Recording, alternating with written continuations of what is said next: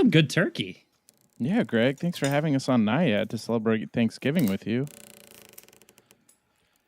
Yeah, it's tradition now.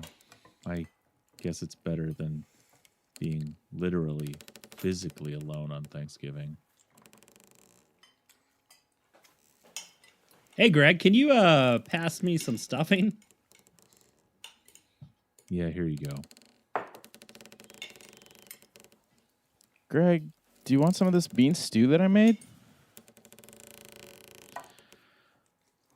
No, I'm good. Guys, do you ever feel like there's more to human life than podcasting? Hey, Colin, I think there's something going on with Greg. Yeah, I know. I've never seen him turn down bean stew before. You're right. This is serious. Do you think that maybe he's lost the Thanksgiving spirit? I don't know. Honestly, it's kind of hard to think with him just chattering away over there. Greg, stop. Be quiet. Me and Colin, we're going to go use the head. But I don't need to go to the bathroom. It's a small head. This is a sailboat. I don't think you'll both fit. We're going to check out the new renovations. Yeah, the renovations. Okay. I mean, it's just like the tank and the plumbing. Maybe when you get out, we can all talk about that stuff I just opened up to you about. Yeah, sure, definitely. What are you doing, man? I thought we were taking a piss. No, dude, I brought you in here to talk about Greg. Oh, right. I think he's lost the Thanksgiving spirit, and it's serious this time. I know. He's not even wearing his formal captain's hat. What can we do? What if we had another Thanksgiving holiday pageant spectacular? Only this time, it's even bigger with more guests, more segments, and even more actionably libelous claims. That's it! Quick, Greg, shut up. And get ready for another Seattle Sucks holiday pageant spectacular.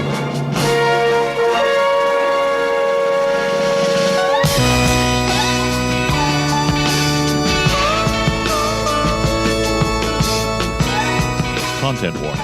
Thanksgiving is a celebration of settler colonial genocide. Its themes and traditions do not necessarily represent the politics of this podcast, which was recorded on unceded Indigenous land.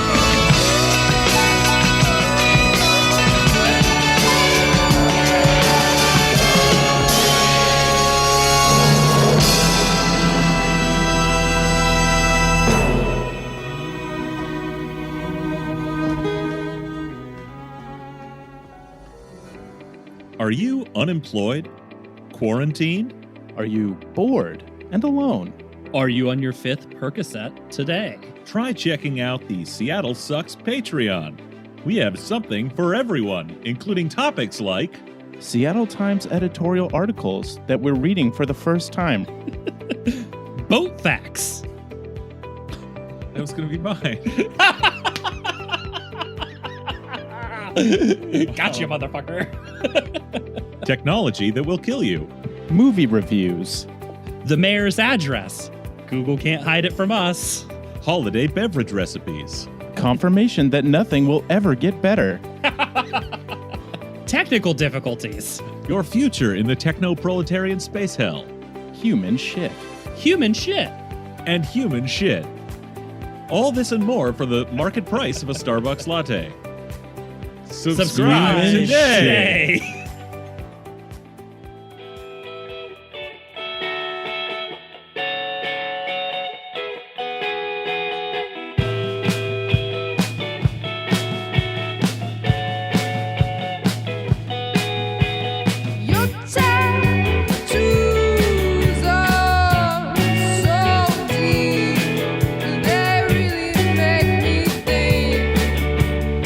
Welcome back to Seattle Sucks, a podcast about hating the city we love. And this is the Seattle Sucks Holiday Pageant Spectacular. Happy Thanksgiving, everyone. Thank you for joining us aboard my charming sailing yacht, Naiad. Thank you to my dear podcast friends for being here with me tonight. We've got the fire roaring. We've got a bone-dry turkey half picked apart in front of us. There's Mountain Dew stains on the settee covers. And we're glad to have you all here. As you just heard, we offer premium content on our Patreon feed. But this week, in this second annual offering of our Thanksgiving special, we're really trying to achieve what I like to think of as prestige podcasting. The concept is this. Much like wherein prestige TV, cable networks decided to put effort into making TV shows, hiring actual writers, people who'd worked on real movies, taking time to shoot and light scenes so that they looked nice, hiring actors with actual character actor and theatrical backgrounds rather than pilot season himbos. You understand. Prestige television. You know it, you love it. Once a year, we put that same kind of effort into this podcast. We plan ahead. We write things. We make an effort. And for that, we hope you are thankful. We've got a great show for you tonight. We have a bunch of conversations with friends of the show that you know and love. We have a follow-up to last year's discussion of the Gates Foundation. Oh, very excited about that. Colin, the listeners have been clamoring all year for another installment of Colin's Gaming Corner. You have something for us tonight? I'll have them covered, yes. Fantastic. We've got... big news from Texas. Oh, big news. Big news. Big news. And some more live storytelling. Yeah. To satisfy that NPR longing you're all going through right now. So stay tuned, sit tight, and enjoy the Turkey Day.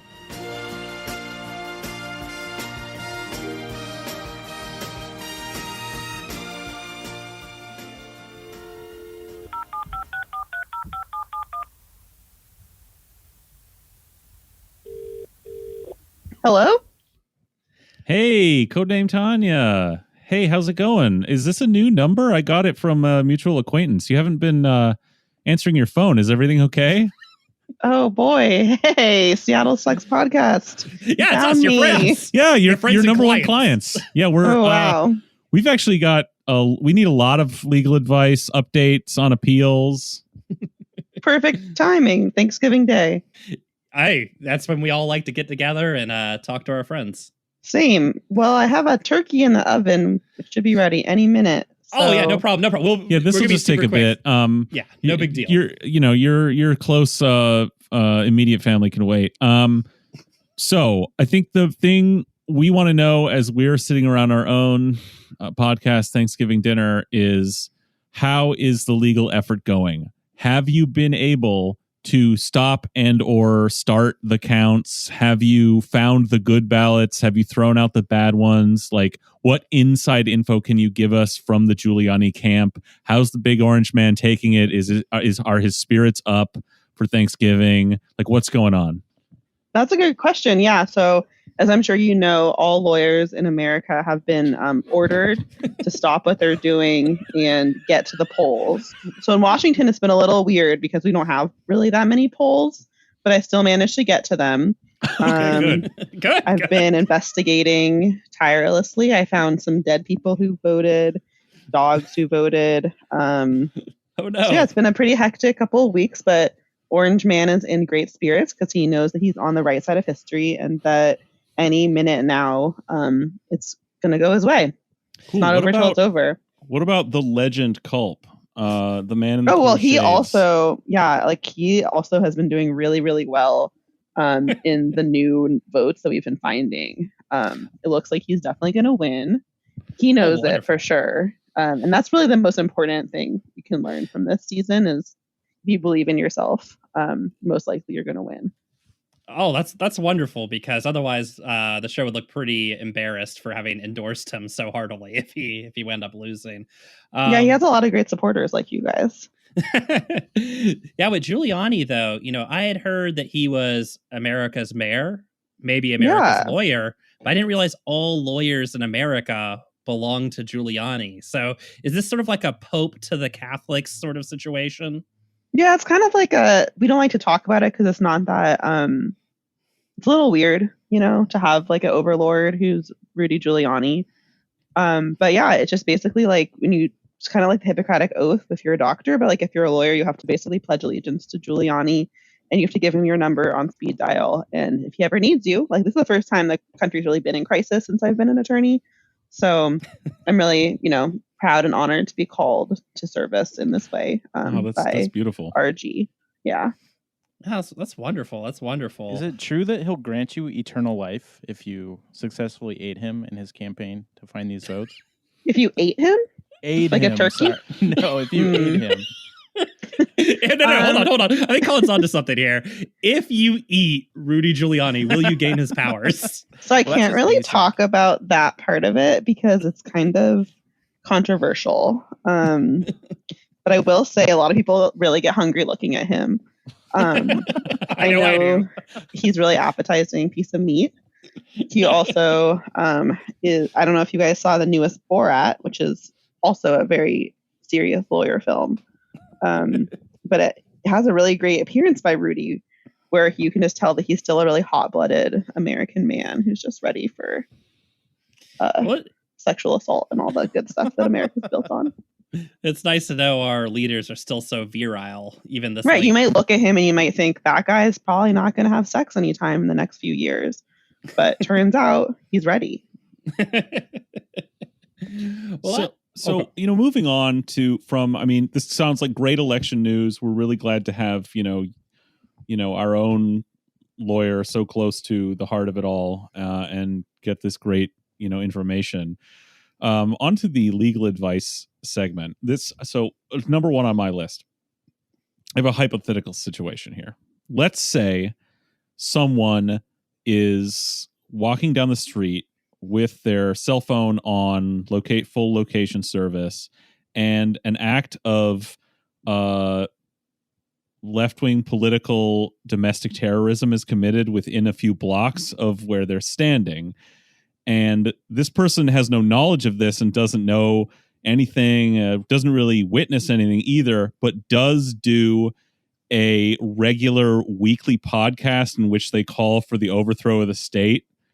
How long, what is the mean time to being railroaded by the FBI and the federal government on bullshit charges, or being asked to name names in a plea deal? Is it months, years? Huh. Well, that's a kind of twisty little hypothetical. Sounds based on probably just your wild imagination. Uh-huh. Mm-hmm. Well, as you guys know, I don't give you legal advice. No. It's okay. You can give us the legal advice. It's all right. I guess probably you're looking at the statute of limitations. That's the kind of question you're asking.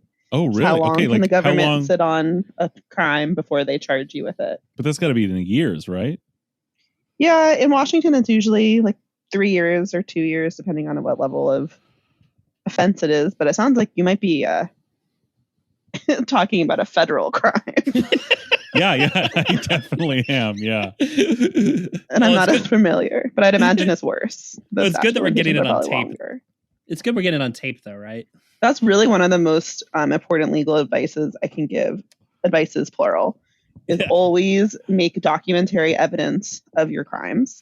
Mm-hmm. Keep them near you. Keep them accessible. Keep them unencrypted.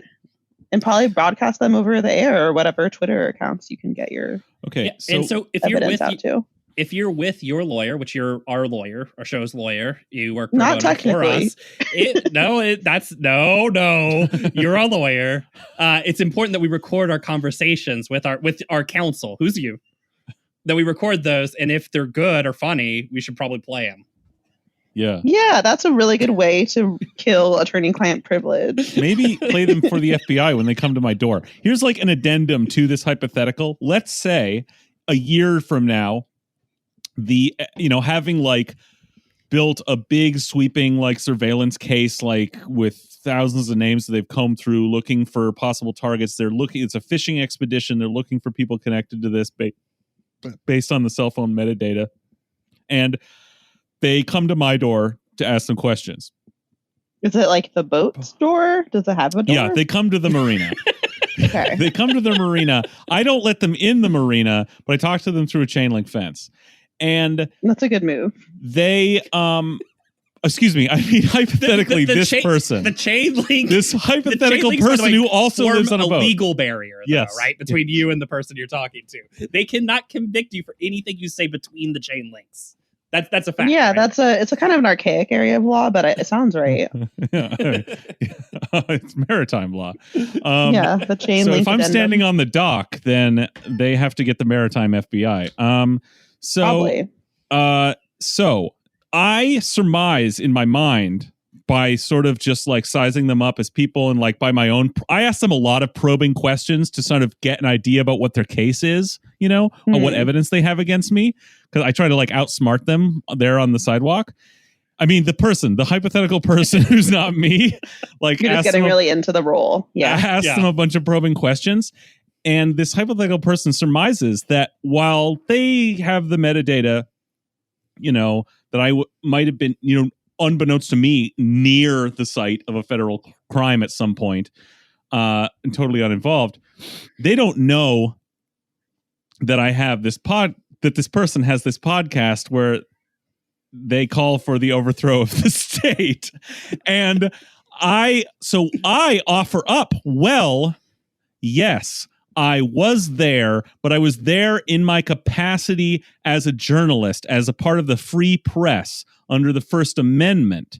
As proof, I give them the link this person gives them the link to a podcast where the overthrow of the state is regularly called for, to show that in fact, what this person was doing on the street in that location at the time was doing journalism. Yeah, I mean, I think we all can look at some recent historical examples and realize that journalists are completely immune from prosecution. Cool, great, all right. Yeah, just like Julian. So that'll calm them down probably, yeah. And they won't decide to charge me. Okay, good. Yeah, to be fair, usually you should give the police the most information you can. Really, so they have overshare. An accurate picture of who you are as a person and your character, so they can make a judgment. Yeah, because usually they're pretty right open-minded. They come in without any preconceived notions. They just want to get to know you better. They might end up being a good listener, a good fan, a patron, if you will. Yeah. So you did good, or a hypothetical person on the boat did really a good job with that decision. Okay. Well, Tanya, I want to thank you. I want to get away from I want to get away from these hypotheticals that are just out there, you know, we're just coming up with on the fly. And I want to bring it a little bit more down to earth with another hypothetical. All right. I'm at Thanksgiving dinner. Dinner. I'm with my family. My dad. It's a big gathering. Yeah. I heard that's in vogue this year. Yeah, well, it's with my family, so the gathering's like 6 people. It's not that big. We're still white people from the Midwest. But I'm there. We're at the Thanksgiving. My dad starts talking, and I look over to you because you're there too, because you're my counsel. And don't leave home without her. Yeah, and I look over to you and I say, Your Honor, permission to treat my dad as a hostile witness. Does that hold up in court? Is that a legal maneuver I can use at the Thanksgiving table? So there's a lot to unpack in that question. If we were in a courtroom and I was a judge and the witness was not answering your questions. Oh, if you were the judge, I'm sure we'd win this case. Probably, if your lawyer's your judge. Because you'd be on my side. You're in a good situation. So what would you be doing to your dad in a hostile way? Is that appropriate to ask? Probably just berating him. Well, I guess you have permission. Maybe. Permission granted. Permission granted. That's okay. all I needed. We heard it here, folks. It is legally under the Constitution, upheld by jurisprudence. Okay, for you to treat your family as hostile witnesses at the Thanksgiving dinner table. God knows I will. Well, thank you so much, Codename Tanya, for coming on and once again sharing your legal expertise with our listeners and with us. And I think we all learned something. We'll let you, I guess, get back to that turkey. Is there anything you want to shout out on your way out? I'll just send you my bill. And it was a great work chat. Oh, that was a knee slapper, Bill. My hourly rate is very high, especially on holidays. Our listeners know you do this because you know it's the right thing to do. You might need to go pro bono. And I should remind everybody that all the legal advice you give on the show is they can, that's actionable. They can take action knowing that they're safe. And that if they do get railroaded by the police, you will defend them. Pro bono. Find me at codenametonya.esquire.gov and I will bail you out of jail. Full service. There you go. All the way from bail to defense in court. Bail to jail. Bail to jail. Well, I mean, hopefully not to jail, but we'll see. All right. Have a great Thanksgiving. No masks, no problem. Bye. Bye. Thanks, Codename Tanya. Have a good one. Thank you again to our lawyer, Codename Tanya, for the legal advice. Always appreciated by us and our listeners who she represents. Yeah, and that advice, you can take it. You can take it right to the bank. And if they arrest you at said bank, she will represent you. You can take it to the bank, written on a note that you pass to the teller, signed with Codename Tanya's legal name under which she practices law. And, what happens after that doesn't matter because she will be there to represent you and get you off scot-free. And, maybe we're not even being clear enough. Maybe I should just give her phone number. Here, hold on 1 second. Calling all developers.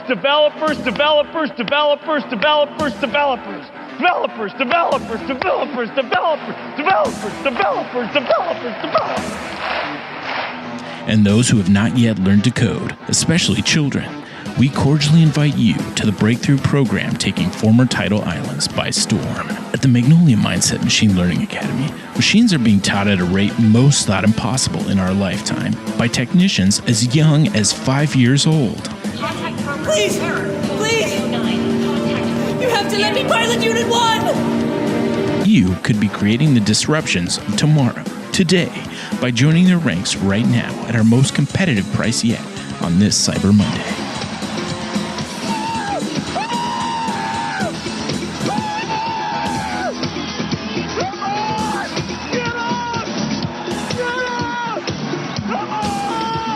We're offering 10% off on storage and maintenance fees for your would-be child engineers.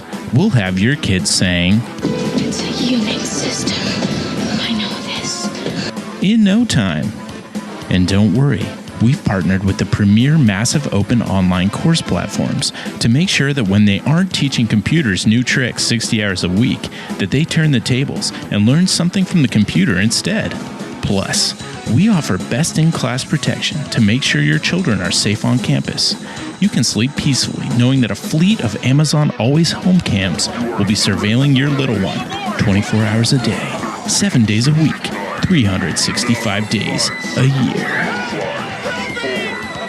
So, if you're ready for the future of humanity, to start building the future of humanity today, use coupon code Bill and Melinda Gates Foundation at checkout to apply. This is a container of human feces. But wait, don't have children because you find them highly illogical, hyperactive, or otherwise annoying?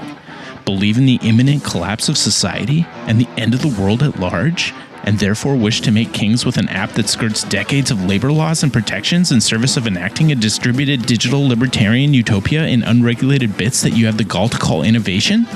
We haven't forgot about you, and that's why we're offering 5% off on compute time during your enrollment. You'll save big training your GAN that generates human faces of people that do not exist, or working on making YOLO identified genitalia and other orifices after subjecting it to gigabyte after gigabyte of annotated pornographic imagery. If you're ready to get serious about your future, our future, or just blast off into a new career that is infamously ageist in its hiring practices, use coupon code Innovation Advisory Council at checkout to apply. Warning. Protections for stored and maintained children do not extend to sexual activity, especially as it pertains to instructor-student relations. We believe in your child's as well as our instructors' free will and agency over their own body. This is what happens when you work to change things, and First they think you're crazy, then they fight you, and then all of a sudden you change the world. Throw out your startup vitamins, move fast and break things, and become a true freak, just like us at the Magnolia Mindset Machine Learning Academy. But there is one more thing. Made with love in Seattle, Washington. So as we know, Thanksgiving is about giving thanks. It's also about catching up with our friends, as we already have. But I thought maybe we'd catch up with another friend from last year, Bill Gates and his Gates Foundation. Do you have something for us, Colin? Oh, do I ever? It's it's a real doozy. Are you ready for this one? Oh, I am always ready to celebrate Thanksgiving the way we always do, which is diving into the Bill and Melinda Gates Foundation. That sounds great. Let's do it. All right. So this was originally published in the New York Times, and we're not going to read the entire thing in full, but it was republished in the Seattle Times recently. And the title of this is Inside Bill Gates' High-Stakes Quest to Vaccinate the World Against COVID-19. And I think we can assume the Seattle Times took out all the big words. Yeah. Let's hope so. I mean, this episode's going to be long enough. I also assume, I'm just going to guess right off the bat, that the high stakes they're talking about are not actually as what you, the listener, probably naive as you are, immediately assumed were the lives of everyone in the world. I'm going to guess it's actually talking about the dollar investment, the vested interest. Can't believe you would. That Bill Gates and the Gates Foundation have on the line in this, and I'll put money on that. I can't believe that you would stoop so low as to think that this is something about as dirty, as small, as just filthy lucre. Colin, please cure Greg of this notion, and let's get into this. All right. Working behind the scenes of an $11 billion effort to lay the groundwork to procure coronavirus vaccines from more than 150 countries is the world's second richest man, neither a scientist nor a doctor, who sees himself and his $50 billion foundation as a god, as uniquely prepared to take a central part. Gates and his team are drawing on connections and infrastructure the foundation has built over 2 decades to help guide the effort. They're drawing on the fucking money. You can buy connections. Yeah, the connections and infrastructure that comes with being the world's second richest man. They're want to imbue all of this with like a mystique and like a labor value, like all the work they've put in. But they've got the money. Yeah, and yes, they owe the world a vaccine because of that. Go on. It's that Mr. Show sketch where David Cross basically says more money equals better than. Okay, so here we go. It says, we know how to work with governments. We know how to work with pharma. We've thought about this scenario, Gates said in a recent interview. We need, at least in terms of expertise and relationships, to play a very, very key role here. Oof. Yeah, love it. Yeah, love it already. No, thank you. As the first vaccine candidates sprint toward regulatory approval, the question of how to immunize much of the world population has taken on added urgency. But 9 months in, the success of the vaccine effort, known as COVAX, is not at all certain. So far, it has pulled in only $3.6 billion in funding for research, manufacturing, and subsidies for poor countries. 3 companies have promised to deliver vaccines, but it is not yet known whether they will be effective, and it may be difficult to secure the necessary billions of doses in an affordable, timely way, because the United States and other wealthy countries have cut separate deals for their citizens. Wait, hold on. Are we the bad guys in this story? Are we the baddies? So yeah, the COVAX, by the way, is this international sort of collective effort by the World Health Organization to create some sort of COVID vaccine that can be delivered, hopefully to developing countries, the third world, whatever euphemism you want to use. And I do love that it just begins right at the bat of, don't worry, the first world has already completely tied this project up in fucking knots by brokering deals with all the pharma companies. So don't worry, it's already fucked. In recent months, In recent months, Gates, who emphasizes that he is one of many involved in the vaccine effort, has hosted online roundtables with drug company officials. He has pursued financial commitments from world leaders, In 1 week alone, he and his wife and co-chair, Melinda Gates, spoke with President Emmanuel Macron of France, Chancellor Angela Merkel of Germany, President Ursula von der Leyen of the European Commission, and Crown Prince Mohammed bin Zayed of Abu Dhabi, United Arab Emirates. Oof. Well, I mean, just a stunning list of people I'm sure have poor people in this world's interests at heart. But go on, please. In Washington, Bill Gates has consulted frequently with Dr. Anthony Fauci, the nation's chief infectious disease expert and a longtime collaborator on vaccine initiatives, and talked to Senator Mitch McConnell, a polio survivor who has been supportive of programs to eradicate that and other scourges. And to help staff the vaccine effort, his foundation has provided millions of dollars for McKinsey & Co. consultants. So we've literally assembled the Legion of Doom here. An unholy pact. Holy shit. It's the fucking Axis. Yeah, name the 20 most awful humans on the planet. All these guys are in there. Just unfucking believable. Like Hitler, Mussolini, and Tojo coming together. Like, just unbelievable. So fucking good. Some people will say, why should it be him? Said Dr. Ariel Pablos Mendez, former director of knowledge management at the WHO. He has the star power. He has the resources. He cares. There are many players that do things, but not at the scale of Gates. So listen, they're big players out there, okay? They ain't got shit on Gates, all right? What they said there was he's got the power. That's the only real salient point in this entire article so far. He's got the power. He's really all there is. Why Gates? Because he's rich. Although I do love that it adds this very modern era bit in here, kind of like Trump, where also he's famous. Gotta have the famous guy in charge. Yeah, it's a brand. It's like he can wrangle all these forces because he's the brand for helping the world, which makes him Gates. He's the indispensable billionaire. Mm-hmm. He's they're talking about Bill Gates the way the sort of foreign policy establishment has for decades talked about the United States and its role in the world as we've got to be there to show the leadership. We are the indispensable nation who's got to have our finger in everything because we're the only ones who can bring the parties together, who have the credibility and the power globally to get this stuff done. That's just Bill Gates now for any serious global emergency. He's indispensable. We have let him become that. That's one asshole. Yeah. As bad as American imperialism is, Gates imperialism is it's worse. It's worse, folks. One rich asshole is worse than a Congress and White House full of creeps, and a deep state for that matter. Amid the pandemic, some public health officials and advocates argue that vaccine makers, many of which have benefited from unprecedented public funding, should be compelled to share their technology, data, and know-how to maximize production.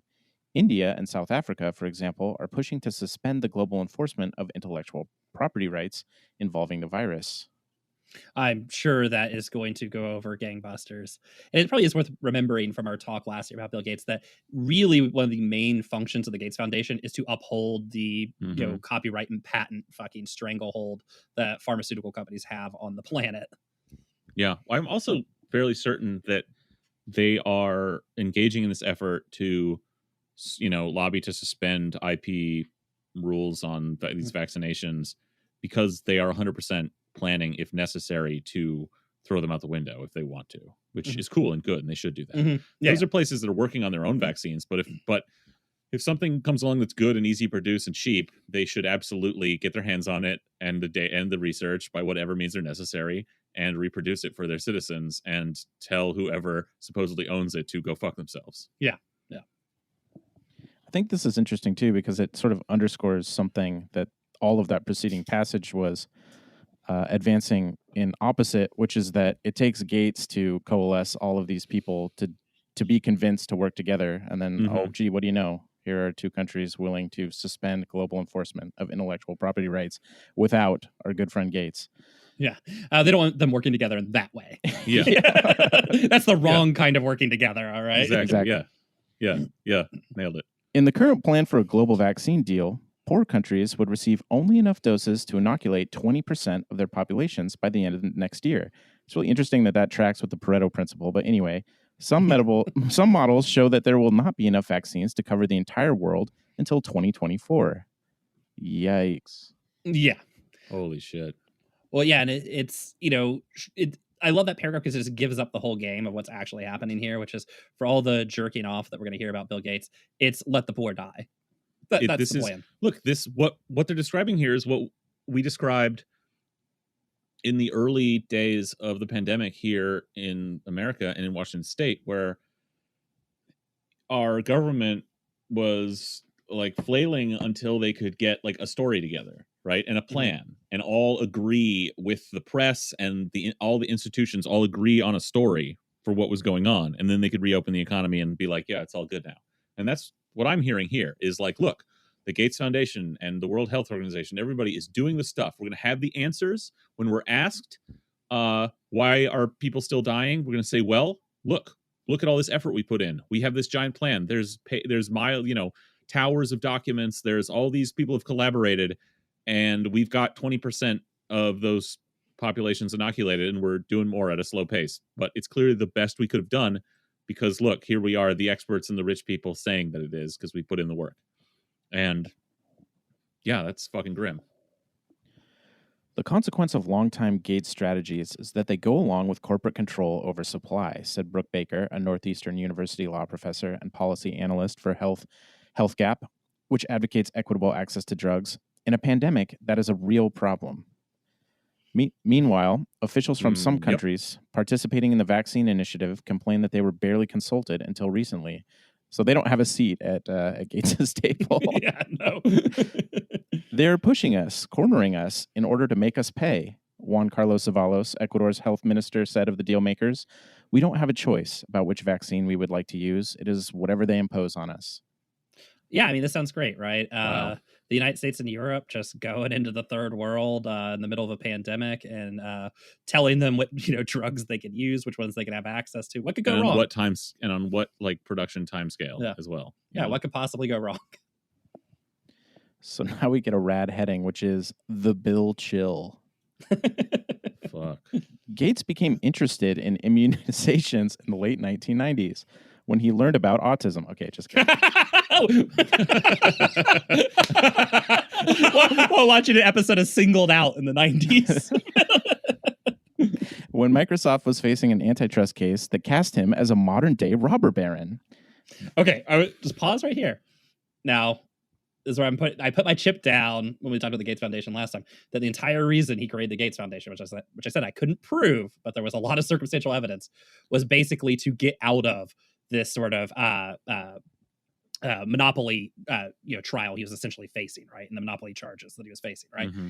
And it just so happened, waging a PR battle, essentially. Yeah, and I think that what ended up happening was he essentially brokered a deal with the American ruling class in a back room somewhere, where he said, probably in a room with fucking, assorted senators and probably Bill Clinton and probably fucking Rockefellers or whatever, and basically was like, okay, if I do this, will you, lay off on some of these charges? And I'm just going to point out, I think this reporter agrees with me. Yeah. And that's not to say that like the American ruling class was like, Bill, you need to do some good, noblesse oblige and all that. No.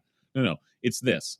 They were like, Bill, we don't want to be doing this. We don't actually believe in antitrust laws. We think monopolies are good. We get it. We want you to do this, but you're too famous. Your product is too famous because you're too successful on monopoly, because you're also a direct-to-consumer monopoly, not even just to industry. You're in every fucking household, and everyone knows you're a fucking monopoly, and you're fucking people. It's too out in the open, and it's too big. So the hammer, you have to be made an example of. Mm-hmm. So if you want to get out of this, we'll drag it out and let the heat blow off a little bit. In the meantime, you need to wage a massive PR war, like changing your image into the world's greatest historical philanthropist, so that when we quietly let the antitrust thing go away in a few years, there isn't as much fucking pushback because you've changed your image. That's how America works. Yeah, it's basically a bunch of feudal lords like took a new knight aside and were like, hey, we know you got some more money coming your way and all that. You're a good earner. But instead of lopping off the peasants' heads every time they get near you, try winging a fucking coin at their head instead. Just to lower the heat a little bit. Yeah. Right? Which is basically the conversation they have with them. Enter the Gates Foundation. So I'm sure the Gates Foundation is going to do great work on this. Fuck, man. Vaccines involved creating new technology, his specialty. Their effect was measurable. Inexpensive doses could protect hundreds of millions against devastating disease.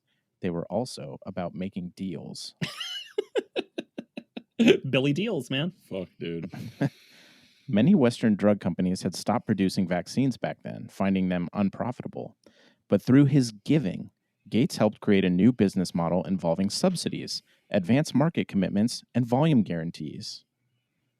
This is basically sounding like the joke song from Mary Poppins that's just dunking on capitalism. Yeah. I 100%. I love that it's called. It's hard to tell. I mean, I think the writer's opinion of the Gates Foundation comes out in this article, but I love this through his giving and then just going like, and by giving, what I really mean is paying lobbyists to give subsidies to pharmaceutical companies, while also like making countries in the third world give advanced commitments to purchase huge amounts of drugs that probably won't fucking work. Oh my God, dude. I want to see this fail so bad. We were joking off air about what it's going to be like when like President Xi makes America's ruling class bow down to him. But like, holy shit, this could be a major backfire for the American imperium and for neoliberalism in general. If the entire fucking developing world is being asked to jump through these hoops and like wait in line for these fucking vaccines for years, and China and fucking I'm waiting for Cuba to become a player in this vaccine game as well. But with Chinese men, certainly Chinese, I mean, they may not need to, like with China, as they're developing them and they're going to have the production capacity. There's not going to be any question of China being able to vaccinate its entire fucking population and then be like, well, I mean, we could turn off the factories producing the vaccines, or you could all have them for free. Yeah. And just once and for all break. That could be something that could be such a hammer stroke to the Atlantic world's fucking stranglehold on global like international relations and economy, really like a master stroke against America. And not out of the question, because part of China's Belt and Road strategy was that they literally created an alternative to the World Bank and the IMF, through which they would lend to third world countries or whatever at rates far below and with requisites far less onerous than the IMF and World Bank did. And for those who study U.S. history, without the fucking the neoliberal, that's what I mean, like shock therapy constraints, like here, we'll give you this money so you can keep going and develop a little, but you have to destroy your economy and your fucking state, basically. Yeah, and this is actually, for those who are real U.S. history nerds, this is literally how the U.S. pried away the British Empire as well, because they just went in and were like, hey, step arm from those guys, borrow from us, right? We'll give you a better rate. We'll give, and, the U.S. wormed its way and all these things. But, China could very easily, continue to build that goodwill. One of the things Obama bragged about after he left office was that at the last big climate conference of his administration, China had actually held a separate meeting where they talked to countries in the third world and were like, look, America, Europe, they're going to hang your ass out to dry. You should side with us. All right. Like, we'll support green technologies. We'll help fund them and all that stuff for you guys so you don't get left in the cold when these guys fuck you ultimately. And Obama very proudly bragged about how he broke in on the meeting and basically broke it all up and ruined it to ensure that, of course, that we would continue on the freight train off the climate change cliff. But what a fucking prick. Oh, he's such a piece of shit. Such a fucking piece of shit. Anyways, if you guys want to hear that, by the way, just listen to his interview on Mark Maron's podcast. Him and Mark Maron think this is the funniest fucking story they've ever heard. And they just laugh and laugh. But yeah, it's China could come out and basically just be like, hey, we have the vaccine, we have the production capability. Fuck those guys in the West. Bill Gates just wants to force you to buy it from pharma. Building factories for the purpose of creating this vaccine. Literally, they already have them. Like, we know they're developing several. They've got multiple, like, probably massive teams. They're probably putting more money into it than the World Health Organization. Yeah, more people. And what? Yeah, what are they not going to vaccinate the world? Is that somehow not going to happen? How? Like, they're going to these fucking developing. My prediction is these developing countries will be getting a Chinese vaccine while I am still waiting for one in America. With all the deals that were struck by the U.S. government and Western governments and the Gates Foundation, like they will. The rest of the world's going to tell the WHO and the Gates Foundation to go fuck itself, and they're going to take fucking Chinese, and I'm still holding out for Cuban vaccines. Yeah, I would love to take the eventual Cuban vaccine. That would be great. Yeah, they're pretty good at that stuff. Yeah, and I will point out that it is funny listening to all these people talk about Bill Gates in the same way like Donald Trump talks about himself too, or like he's a real deals guy. Like he gets the good deals, fucking awesome, as opposed to the bad deals. Just in case people thought that Donald Trump was some aberration amongst rich people. Yeah. Well, what else? I mean, they have to that when you don't do anything else, you have to like invent, and it's like, oh yeah, we got an agreement together. We got someone to shake hands on making money. You want to make some money? Yeah, I do too. Hey, deal. Yeah. Wow, that was fucking hard. The incentives drew in more manufacturers, including ones from the developing world, resulting in many more life-saving vaccinations. He brought a technocratic expertise and power rather than a discourse of human rights and activism, said Manjari Mahajan, an associate professor of international affairs at the New School, who has written about Gates's role in public health. His foundation has spent more than $16 billion on vaccine programs, $1/4 of that going to Gavi, and given $2.25 billion to the Global Fund to fight AIDS, tuberculosis, and malaria. Both organizations are based in Geneva, where the WHO has its headquarters. With a $100 million initial pledge, Gates helped create the Coalition for Epidemic Preparedness Innovations in Oslo, Norway. Fuck, man. There are just many nouns coming at me right now. I know. Let's just get the name of this organization one more time. It's so fucking beautiful. Coalition for the Willing. No, just kidding. Coalition for Epidemic Preparedness Innovations. First off, what the fuck? It doesn't even mean anything. That is pure fucking gibberish. But I love that this is because Bill Gates, we joke about Seattle mindset, but Bill Gates has Seattle mindset too. So he's like, throw innovation in the title. Like, I feel like they had just the first 3 words, and then he's like, and then somebody just put innovation. He's like, yes, give me that one. I mean, this is like that fucking China article. Wait, have we read that yet? No. We will. So we're gonna get to this, I think, when we talk to our friend Matt later. But that article in the Bloomberg article on China that everyone was ragging on was this shit about like, yeah, sure, the Chinese are gonna like come up with some great vaccines, but are they really truly innovative? And it's like, yeah, the Seattle mindset is permeating the fucking world through people like Bill Gates and the foundation, and to the point where like I guess to justify the wealth and the power.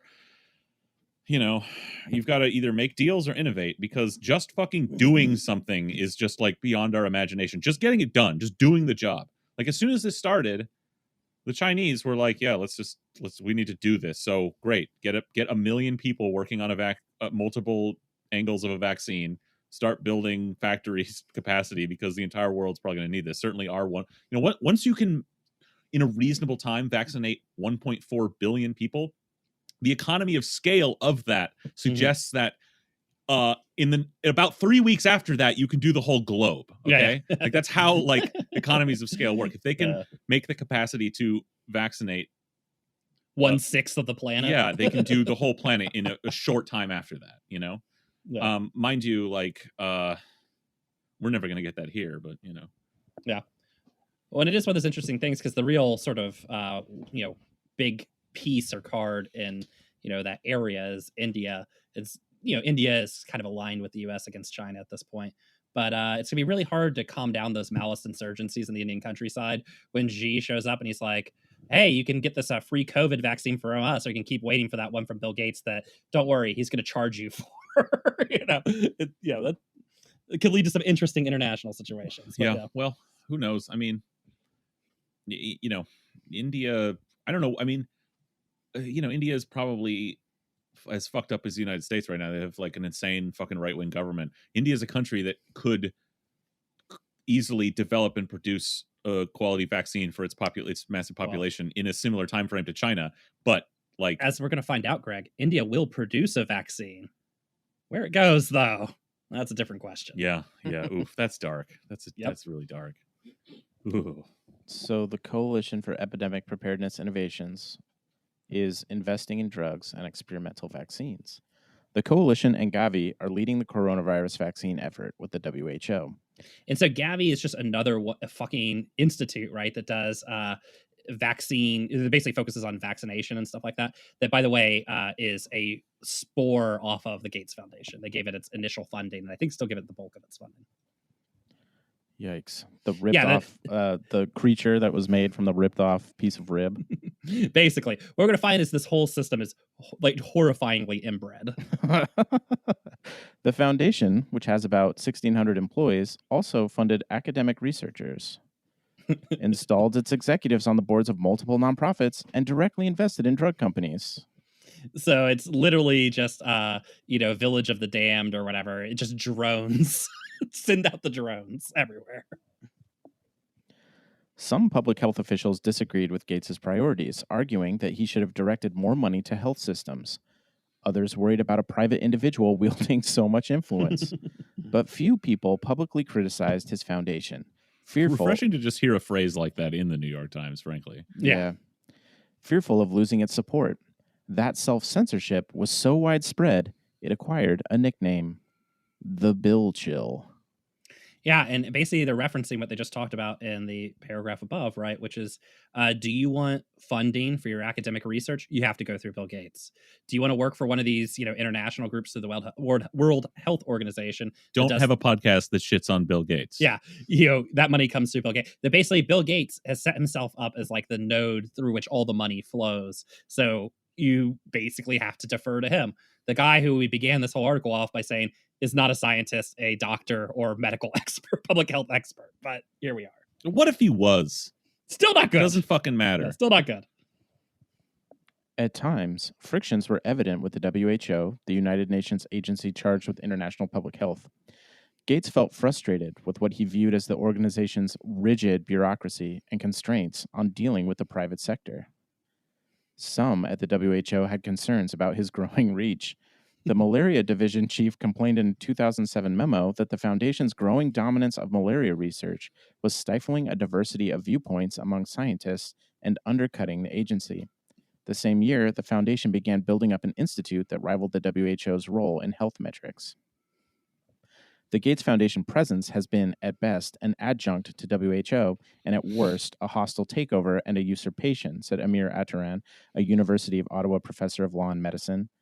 Today, the Foundation and the WHO stress their mutual respect for each other. Publicly, Gates has made a point of praising the agency. I can't think of anything that we disagree with them on, he said in the interview. Officials from the agency, which receives hundreds of millions of dollars annually from the foundation, its second largest donor, said Gates had helped it become more efficient. Gates pushes the science, pushes for the answers, because that's a little bit of that private sector mentality, said Dr. Bruce Aylward, senior advisor to the WHO's director general. Oh, that makes it make sense. Yeah, because why would the WHO want answers or science? I mean, this is fucking gibberish.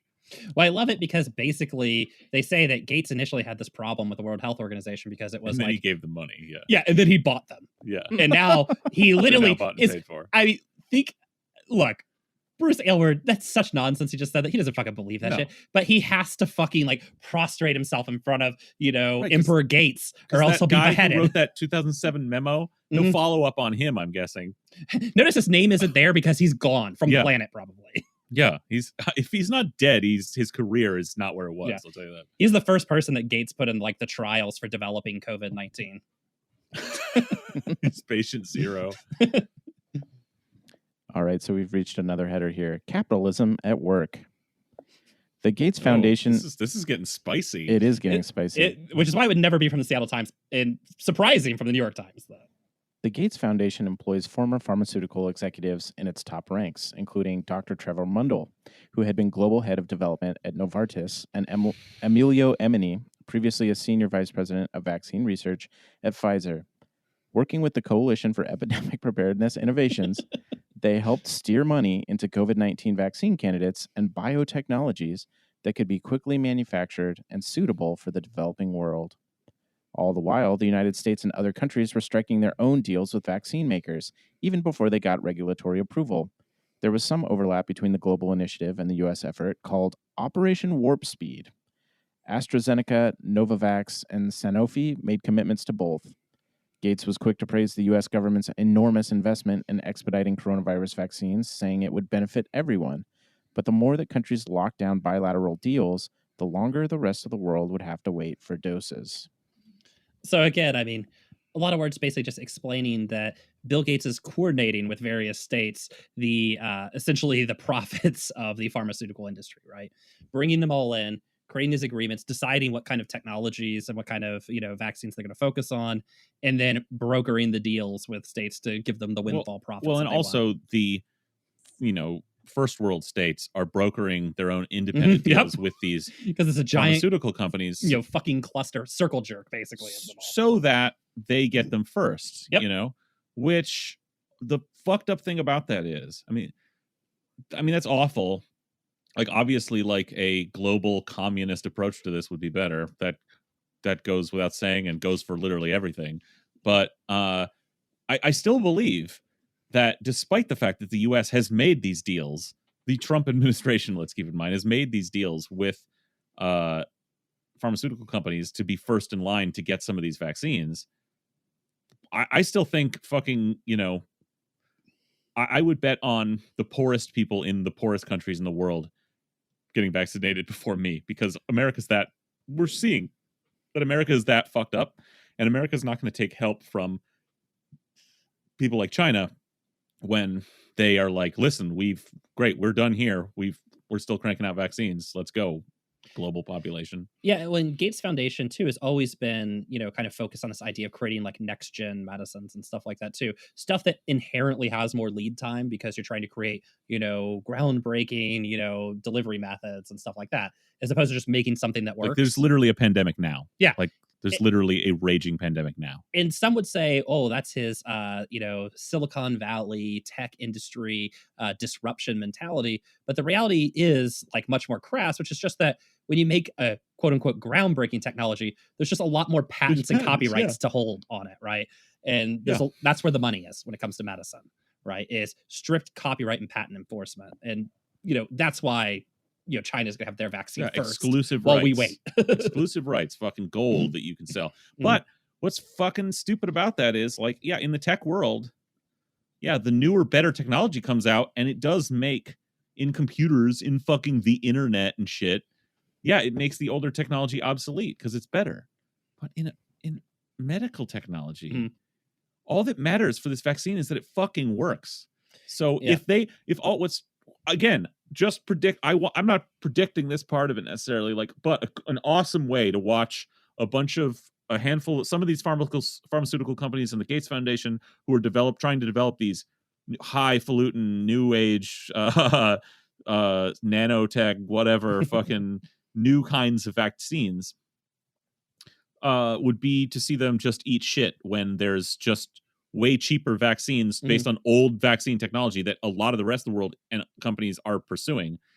Because why wouldn't you? We know how to make fucking vaccines. This is just a new virus. You just need to do the work, put the work in. Like, they started pretty early. It just takes time. There's probably within weeks of the coronavirus being discovered, there was the beginnings in labs in petri dishes of the vaccine that will ultimately be used on people. It just takes time to find the specific one that actually works without hurting people and is effective. And what would be awesome to see is some of these companies and the Gates Foundation eat shit in this global market for vaccines, because their vaccine is expensive and sucks. And there's all these cheap, normal ass old school vaccines going around out of other companies wherever, including China. Yeah, and it reminds me of, if you ever pushed for socialized medicine or anything like that, particularly in the pre-Bernie era, one of the pushbacks you'd always get was the private U.S. healthcare system leads the world in leads the way in medical technologies and things like that. They innovation need to make all that money, so because they put it into, how are they going to develop those dick pill drugs? Well, yeah, exactly. When people used to just argue straight facedly that that's a good, right? We have the most high tech healthcare system there is, and maybe that's true, maybe it's not. But the one thing you can't argue against is it obviously has no impact on, at least no positive impact on health outcomes in the United States, which are the worst in the industrial world. So again, it highlights what's actually going on here, which has nothing to do with what we might think of as normal idiot peons, is the actual function of health and public health, healthcare, et cetera, which is to make people better and to hopefully prevent them from dying. What's actually this is about is patents and little fiefdoms of, patent control that allow these companies to just pry money out of people. And, that's what the Gates Foundation is at its heart. Yeah, I'm not sure if either one of you saw this because we didn't talk about about it, but there was a article in Defector that took a similar argument against Hyperloop, and it was pretty good. I'd recommend it. It was called "Virgin Hyperloop has invented the world's crappiest high-speed rail," and that's the thrust of it. It's exactly the same. That this is some pathology that, for some reason, Americans need to spend all their points on researching technology at the expense of just solving the problem. Infrastructure. Mm-hmm. Yeah. Look, that's the whole that is being laid bare before our eyes, man. Like, investigating new fucking vaccine technologies is great for the fucking next pandemic. My God, but, it's a side project to actually doing the work. Well, when there's a fucking raging pandemic, why would you put the idea you would be trying to invent a new exciting vaccine technology for COVID-19 is fundamentally stupid and insane. And in a better communist world health system, if some factory, some lab put forward like a proposal to like create an mRNA vaccine that had never been tried before, because it's probably the next gen technology in vaccines, while there's a pandemic raging, you would tell them to shut the fuck up. Nope. Back of the line. Come back with a proposal after I hear every other one, and you're not going to get picked. Don't even bother. That's your funding is cut. Go fuck yourself. Like, we just need to get through this. Like, we need vaccines now. You need to start being able to make them now. You don't need to invent the technology to then fuck, man. Like, it's insane. But whatever. During the pandemic, Latin America has suffered 1/3 of the world's deaths. Africa has now passed 2 million cases. Quarantines and trade shutdowns have hit poor countries especially hard, where not working often means not eating. Some public health advocates and on-the-ground providers, like Doctors Without Borders, thought Gates was doing too little to pursue equitable access to vaccines and was too aligned with the pharmaceutical industry. Part of what they like about him is he's protecting their way of life. James Love, director of Knowledge Ecology International, a nonprofit that works to expand access to medical technology, said of Gates and drug industry executives, because this message is always, Big Pharma is awesome. Yeah, James Love, he gets it. He and others believed that vaccine makers would not maximize production for the developing world, especially when rich countries were clamoring for doses, because it wouldn't serve their bottom line. India and South Africa, in asking the World Trade Organization not to enforce coronavirus-related intellectual property rights, were seeking a way to wrest control of vaccines from big companies and ramp up local manufacturing. Kenya, Mozambique, Pakistan, and Eswatini, formerly Swaziland, recently signed on as co-sponsors to the request, with dozens of other countries expressing support. But Gates, which is great, because their opinion actually means nothing in the World Trade Organization. The G7 can just shoot that shit down, or the G8 can shoot that shit down, but whatever. But yeah, I mean, when you see the alignment of forces here, right, the first world on one side and the third world on the other, pretty easy to see what's going on here. Well, like this whole, deals arrangement that they're trying to work out, is based on a mode of production that is of which scarcity is a factor, right? This doesn't have to be this way at all. Like, we could even within, we can't, because the people in power have the prerogatives they do, but if the world elite wanted to make a decision to let's just do the right thing here, you could produce vaccines for everybody and get this shit over with in pretty short order once safe vaccines are developed. But they're just from the outset, the understanding is that's not going to happen.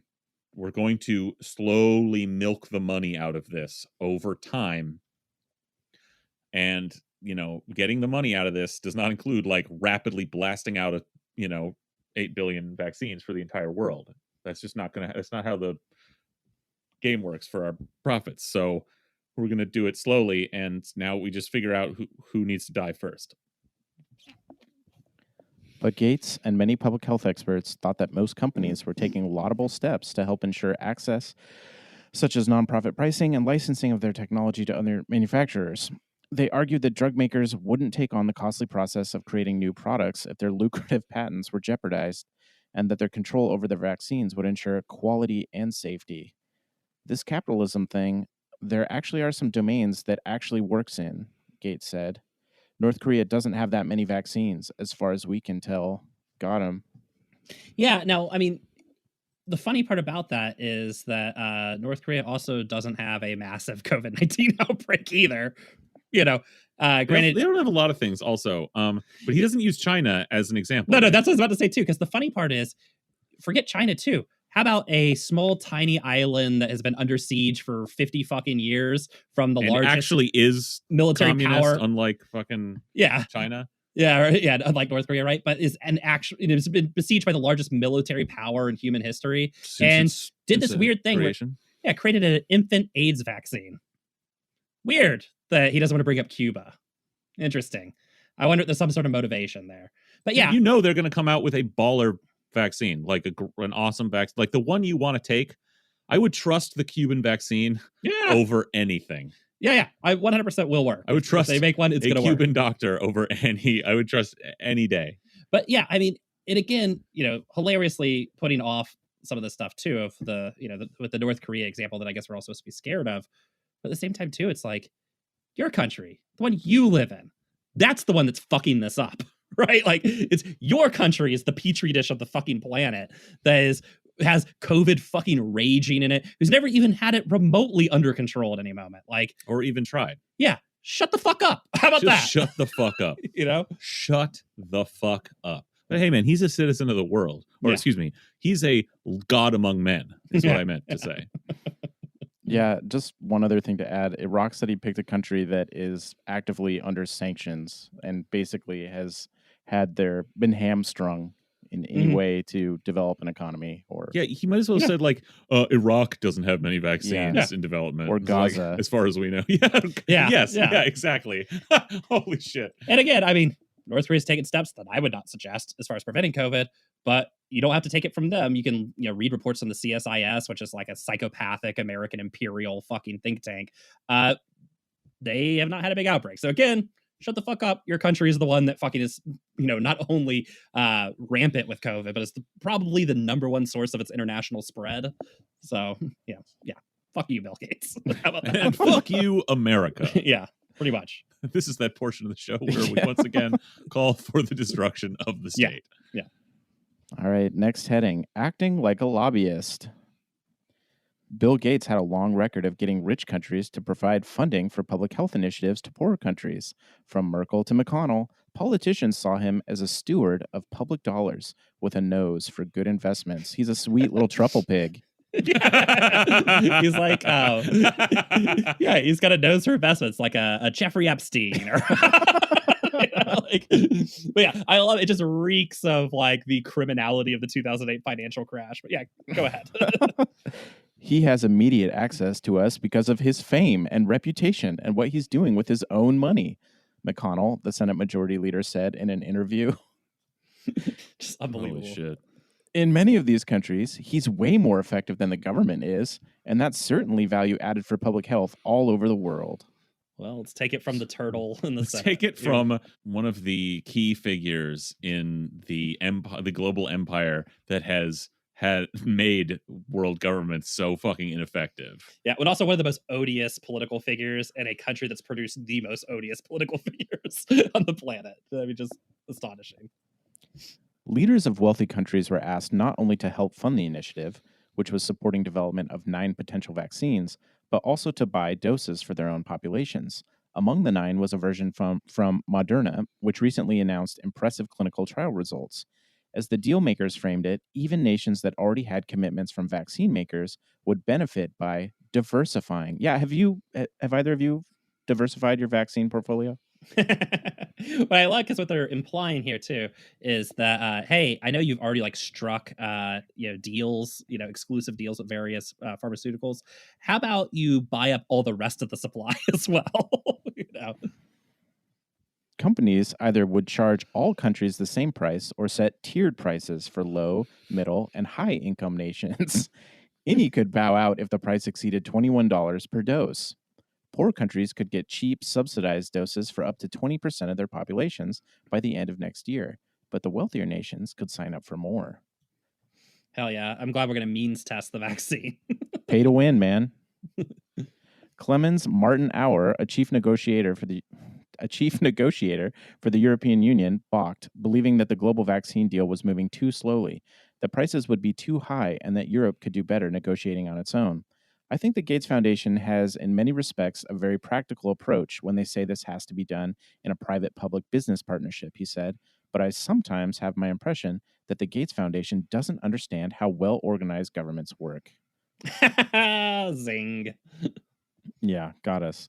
With so many attention on wealthy nations, there was little consultation with those the effort was intended to help most. It wasn't until the fall that lower income countries learned they would have to pay $1.60 or $2 per dose, a significant price that would require some to secure bank loans or grants. Oh, weird. I wonder when they go to get those bank loans, who they're going to get them from, right? I mean, this is modern imperialism, right? You use things like copyright law and patent law to essentially force these like onerous prices that are only high because of these horrifying regimes, copyright regimes. You force countries to buy things at these owners' prices. When they don't have the money to buy it, you then force them to take loans, of course, from you, naturally, at rates that'll be of your choosing, with conditions of your choosing, right? And you see how this sort of process just continues to spiral down and down. And it's fucking disgusting. It's fucking gross. That and this idea of like selling at $2 a dose, the United States, you're like, well, I'd pay $2 for a COVID vaccine. And you forget that for huge chunks of the world, $2 a day is like the wage.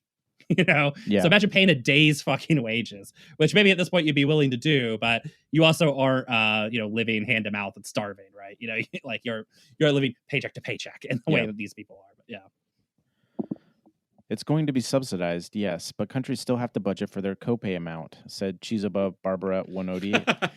Literally bringing the American healthcare system to the world. Yeah. It's not ultimately going to be about the cost. Like, yes, probably at the end of the day, like the end user cost in a lot of places is going to be reasonable, right? But it's when are they going to fucking get it, man? Mm-hmm. And who has paid out?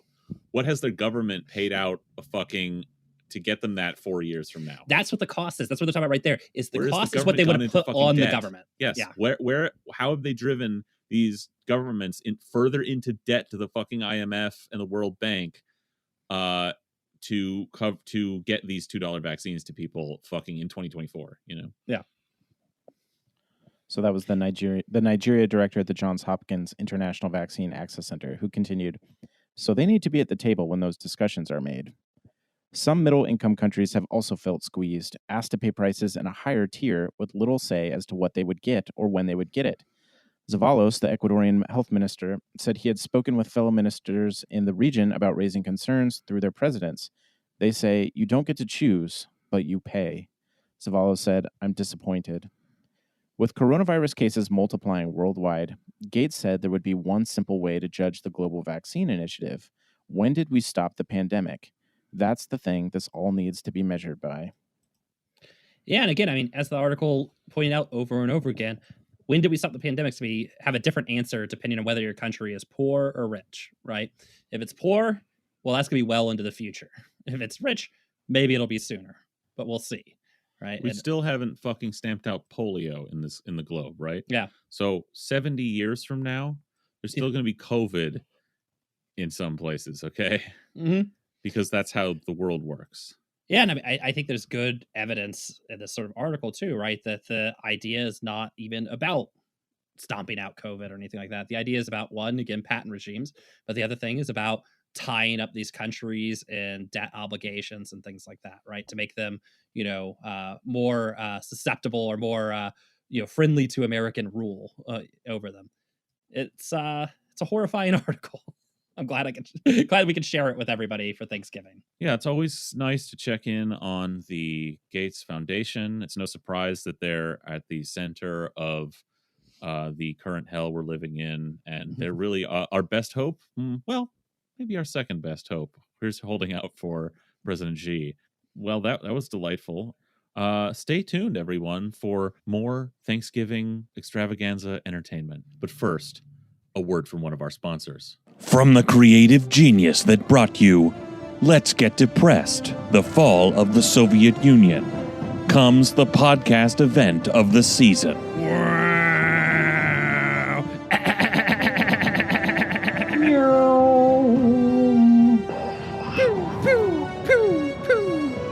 First, they told you about Truman's rise to power. Yeah, the doctors all agreed his head was way softer than a normal kid's skull. Now they tell you about his bloody reign. I think even Rush would agree that the Clinton body count ain't got nothing on Mr. Truman here. It's a story about war. Truman looked MacArthur right in the eye and said, "Listen here, flyboy. You're holding on too tight.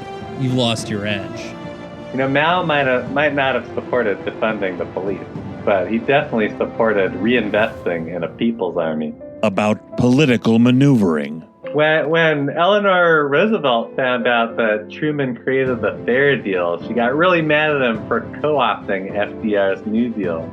You better be careful with that Green New Deal, AOC.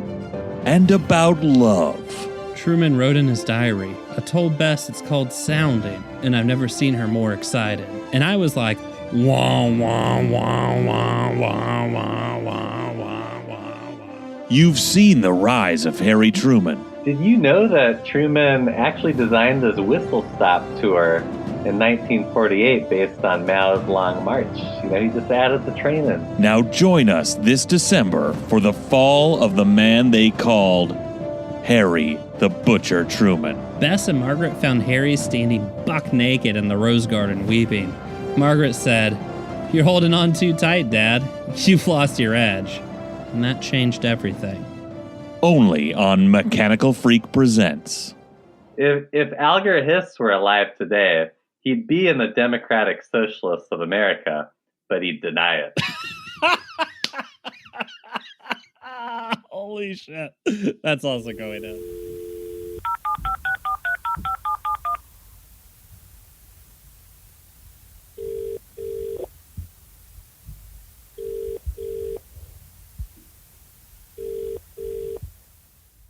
Hello?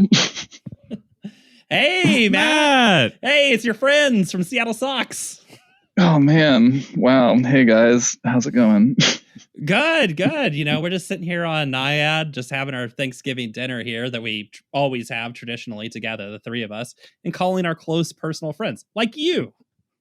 Oh, man. Yeah, wow. Yeah, I'm just chilling. All those weed edibles that I eat on Thanksgiving just kicked in, trying to eat this whole turkey myself.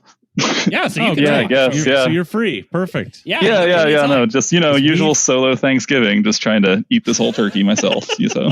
Oh wow, that sounds really sad. I bet you're really glad we called. Have we got some shit to talk about? Yeah, but first off, Matt, I wanted to ask: you are the show's China expert, and you have a PhD in China studies, Chinaology. Boy. You have lived at various times in China. I just wanted to ask you, describe for us the perfect Chinese Thanksgiving dinner. Oh, yeah. Well, so first off, Gananjia Kuaila, everyone. That means Happy Thanksgiving. Hey, that's something that we can't check up on. Take your word for it. Yeah. I'm going to get a tattoo of that. I already have one. Yeah, so unsurprisingly, Thanksgiving. That's how you know how to say it. Yeah, exactly. The tattoo artist told you. It isn't the characters, it's just like the letters scribbled on my arm. But, okay. Unsurprisingly, it's everyone's favorite holiday in Thanksgiving, the biggest holiday. Mao founded it, I believe. Wow, Thanksgiving's sounding way cooler all of a sudden. Yeah, no, it's surprisingly anti-colonial. Like I don't know where we all got this whole like settler colonial vibe going on, but the origin is in fact a progressive people's war resisting colonialism. Well, everybody was hungry after that long march, right? Yeah. So, people don't care about Thanksgiving in China, obviously. The one time I was living there, when it was Thanksgiving, I went to a hotel buffet that had some Western food, and it was fine. But how do they watch Friends if they don't understand Thanksgiving? So I was trying to make sure that I got this kind of right earlier today, and was doing a little bit of research, just my sense and experience of just like a tad of being in China was that people really don't care about Thanksgiving, and that is true. I did come up with this amusing South China Morning Post article about how Thanksgiving is growing in China. And it was referencing specifically that people on social media are now referencing Thanksgiving in hashtags more. For instance, the hashtag Thanksgiving, thanks to you, was viewed more than 8 million times on China's Twitter like Weibo as part of a seasonal campaign backed by U.S. car maker Ford. So, they're jumping straight into Black Friday, I guess. But, that's fucking awesome. Well, I, as we know, Thanksgiving was part of Mao's Cultural Revolution, but Black Friday is purely Dengist. Yeah, indeed.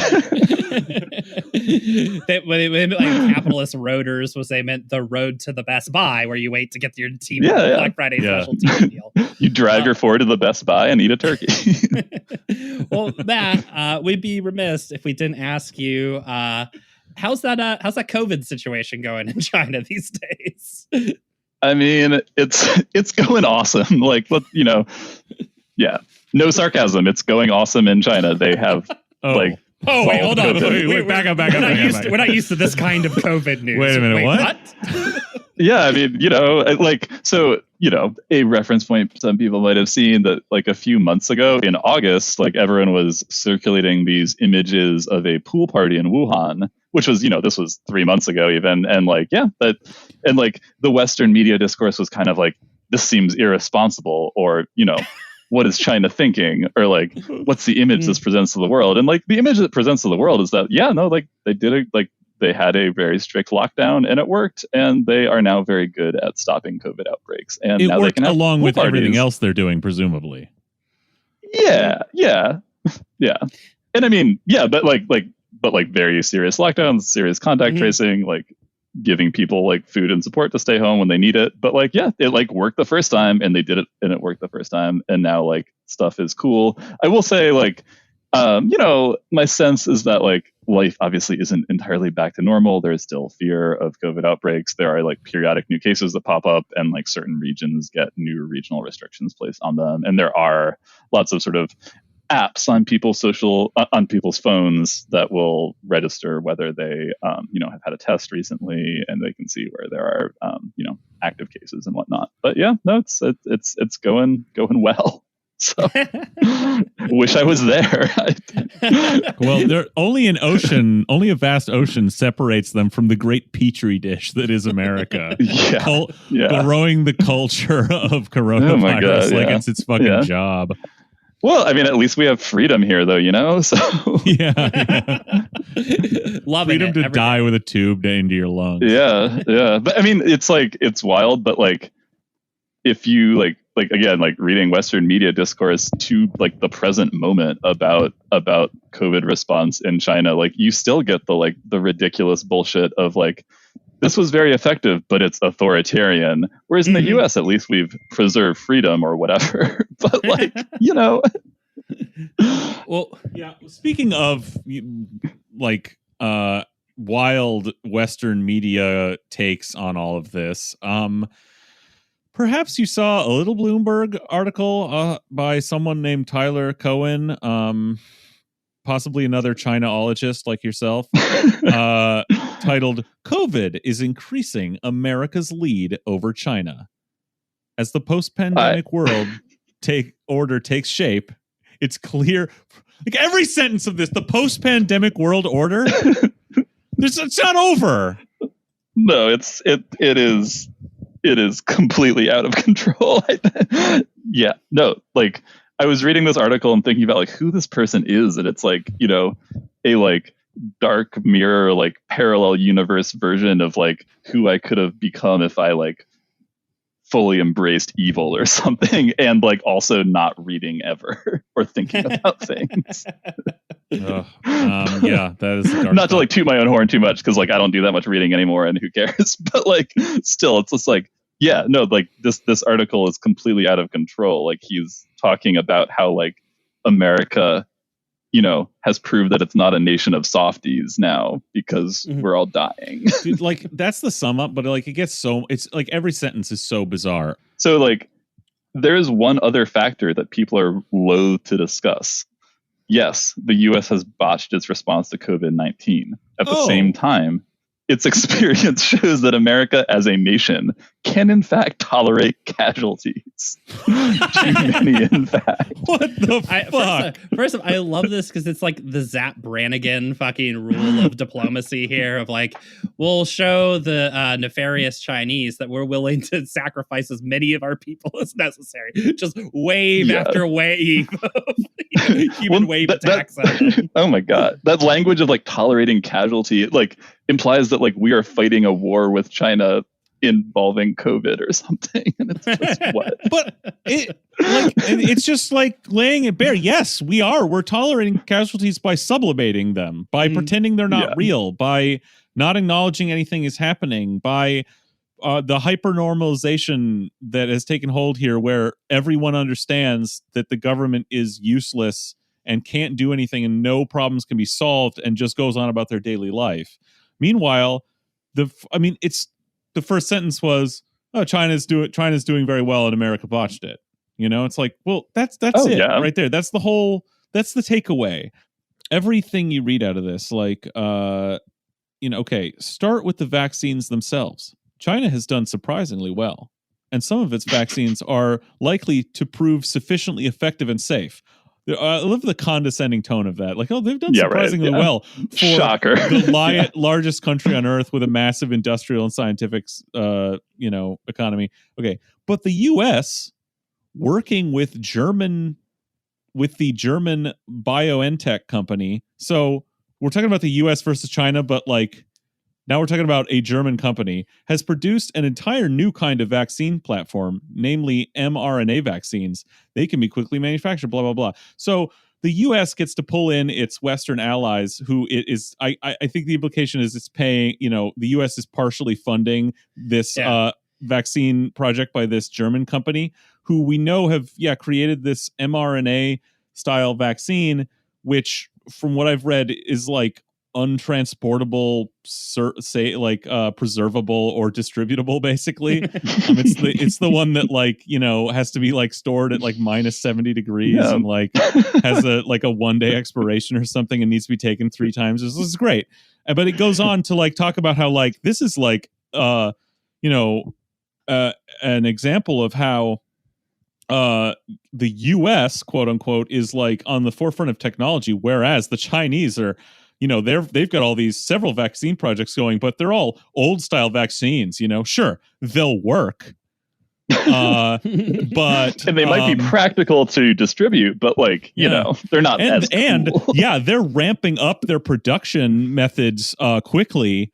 But to be able to distribute to their massive population, possibly lots of the rest of the world. But the U.S. is paying a German company to come up with a next level technology, in the middle of a global pandemic, not like looking like 10 years down the road of the next pandemic to come up with the level, but like literally it's ravaging our country now. And it's like, no, we have, there's proven vaccine technologies, but look what we're doing with this bullshit. It's fucking amazing. And then they go on to talk about like why try and make No, go on.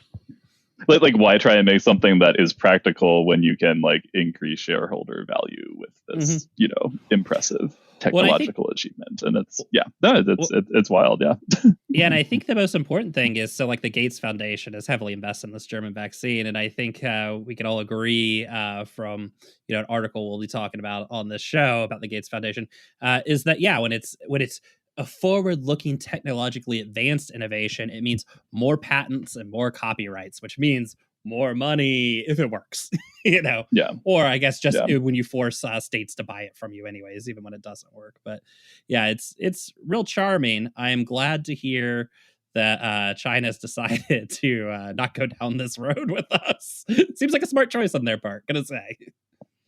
Yeah. Once again, wish I was spending Thanksgiving there.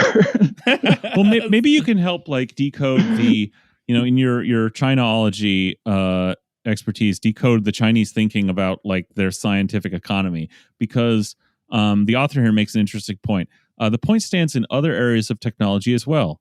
If you're wondering whether China or the U.S. with its allies is more likely to make a big breakthrough in, say, quantum computing, ask yourself a simple question. Which network will better attract talented immigrants? the more that talent and innovation are found around the world, the more that helps the U.S. First of all, so apparently it's China versus the U.S. and its allies. Never mind the fact that, like, right now, talking about coronavirus, the U.S. is like doing uniquely badly. Now, Western Europe isn't doing great in a lot of places either. They're having a spike as well, but we've seen them be able to get it under control much better than the United States, and they will probably have a much better winter. And overall, Germany, while not doing as well as China or some other Asian nations or even some other European nations, are doing okay. But like, China has how many billions of people? 1.4, I believe, something like that. Yeah. So, and they're educating engineers and scientists that like the US needs as immigrants to do technology, right? But that doesn't mean that isn't that, am I wrong in thinking it's a little backwards to imagine that this guy imagines that like China has the same fucking problem? Like they don't need the immigrants who are like getting like trained as engineers and scientists, because they're fucking doing it in-house with 1.4 billion people. Yeah, no, that's absolutely true. And I mean, and it is true that, like, you know, many thousands of Chinese students who are graduate students and undergraduates as well, like, come to the US every year to like get degrees, and then more and more like, like going, like, the idea isn't to like stay in the US and like, you know, work for Google or something. It's like to go home to China too. And like, that's probably shifting too. But yeah, no, like there are like amazing engineering universities, amazing universities in general in China that are training people who are in-house experts to do all this stuff. And like, yes, they do not need us at all. And I think, like, I don't know, thinking about like these innovation questions, I think all the like fire and fury over TikTok and WeChat from the Trump administration these past few months are this great example that it's just like, it's all bullshit, and that like, no, it's like America, like people are beginning to recognize that like, yeah, no, like China is producing its own technological and scientific innovations. They do not need the US. And that is why part of the reason why like the US is engaging in these like ridiculous economic disputes over innovations like TikTok and whatnot. So, you know. Yeah. Well, it sounds like once again things are going great, and I, for one, look forward to this new Cold War. Matt, thanks for coming on. Thanks for letting us bother you during Thanksgiving. And we'll have to, you know, look, we have a long-standing order that we have to watch. Was it Wolf Project 2 or whatever the fuck it was called? Wolf Warrior. Wolf Warrior 2. We have a standing order to watch Wolf Warrior 2 together. So very exciting. You know, someday when we can like see each other in person again, 3 years from now, who knows? Yeah. Someday, 5 years from now, after Xi takes over the United States and as his first act of mercy cures COVID in the US, then we can watch Wolf Warrior 2 together. And hopefully by then there'll be a Wolf Warrior 3 that we can follow it up with. All right, Matt. Hey, thanks for letting us bother you at Thanksgiving. Yeah. You've had a little break. Maybe you've got room for another drumstick. Yeah. I'll make it through this 12-pound turkey.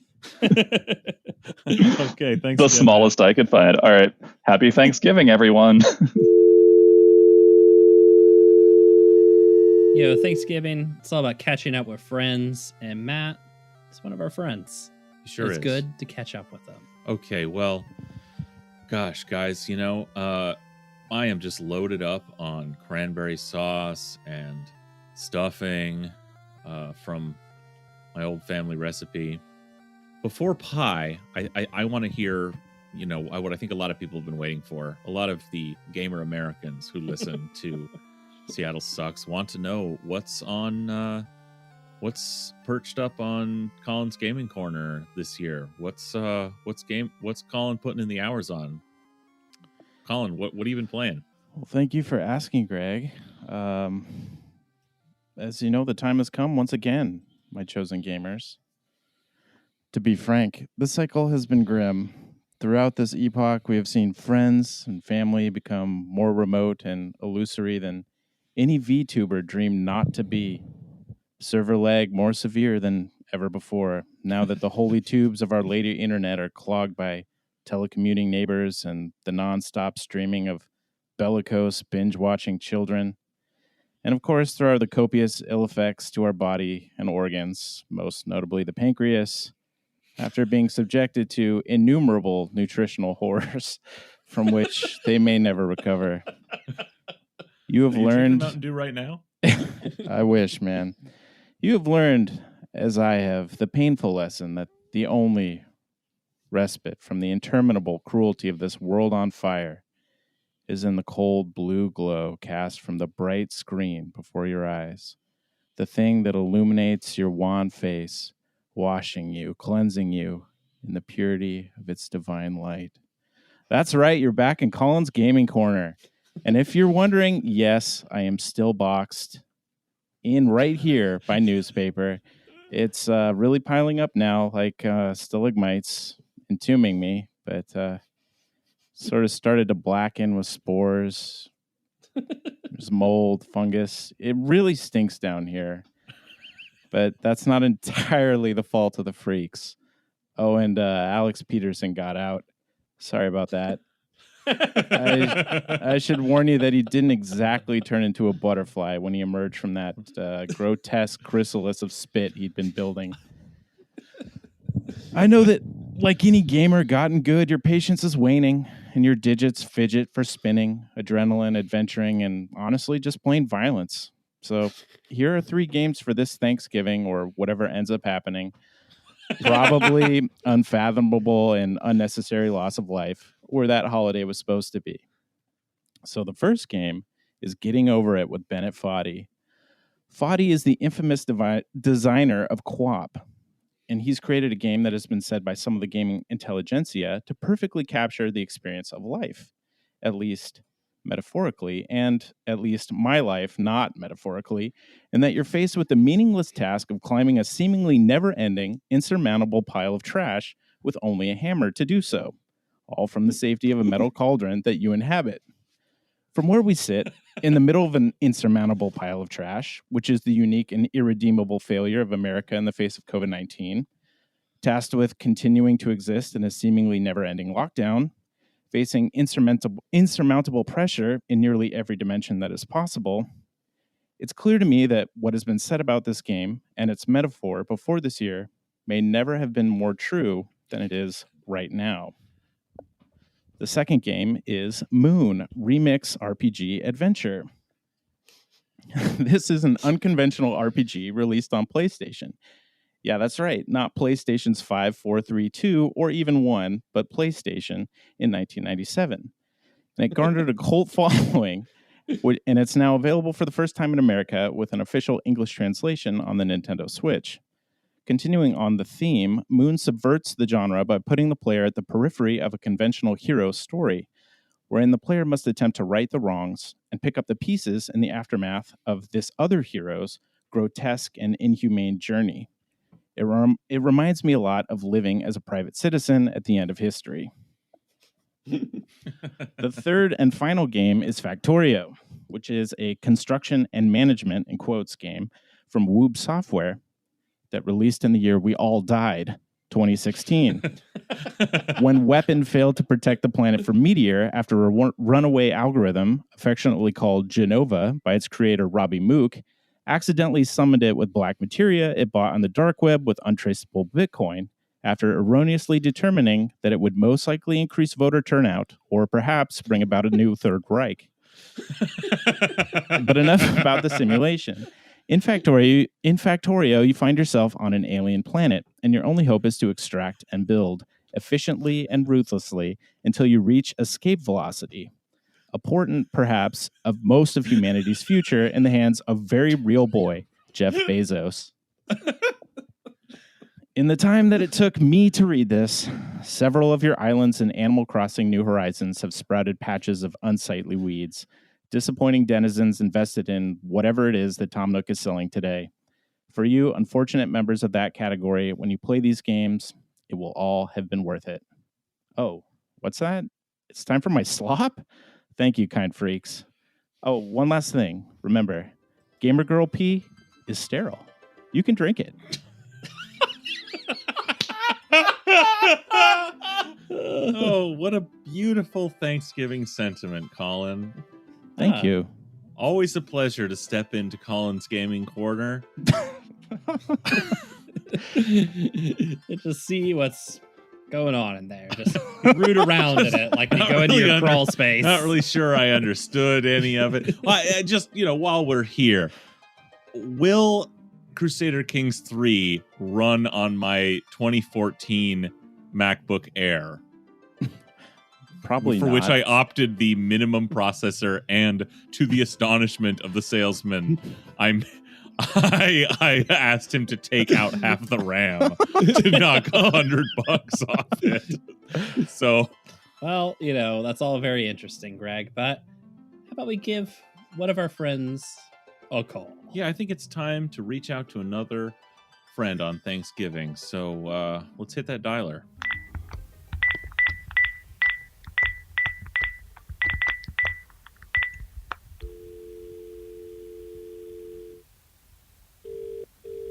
Hello? Hey, Marina. Hey. It's your friends. Hey. It's Seattle Sucks podcast. Calling to wish you happy Thanksgiving. Oh, hey. Yeah. Hey, I mean, you're not busy, right? Oh, good. So you are perfectly good to talk to us then. Yeah, great. Sure. Sure. Yeah. Just, whatever you got to do. But you're ready to talk to us, though. Yeah. Oh, yeah. Good. I mean, is everything okay? Are you guys okay? Yeah, we're just enjoying Thanksgiving dinner on the boat. Okay. It's me and Brian and Colin. The sea. Okay. Yeah, we're just rocking in the waves here. Just and hanging out, enjoying a delicious bone-dry turkey dinner. Just like Mom used to make. Uh-huh. So, we wanted to check in with you. We're doing a little anthropological project here. We want to know, how does the American service working class celebrate Thanksgiving? Oh, well, most of the places, most restaurants, this is one of the 2 days in the year that they actually shut down, which is nice. Seems like a loss leader. Like maybe if you're shut down, you're not making money by definition. Right. Which is why some other places stay open.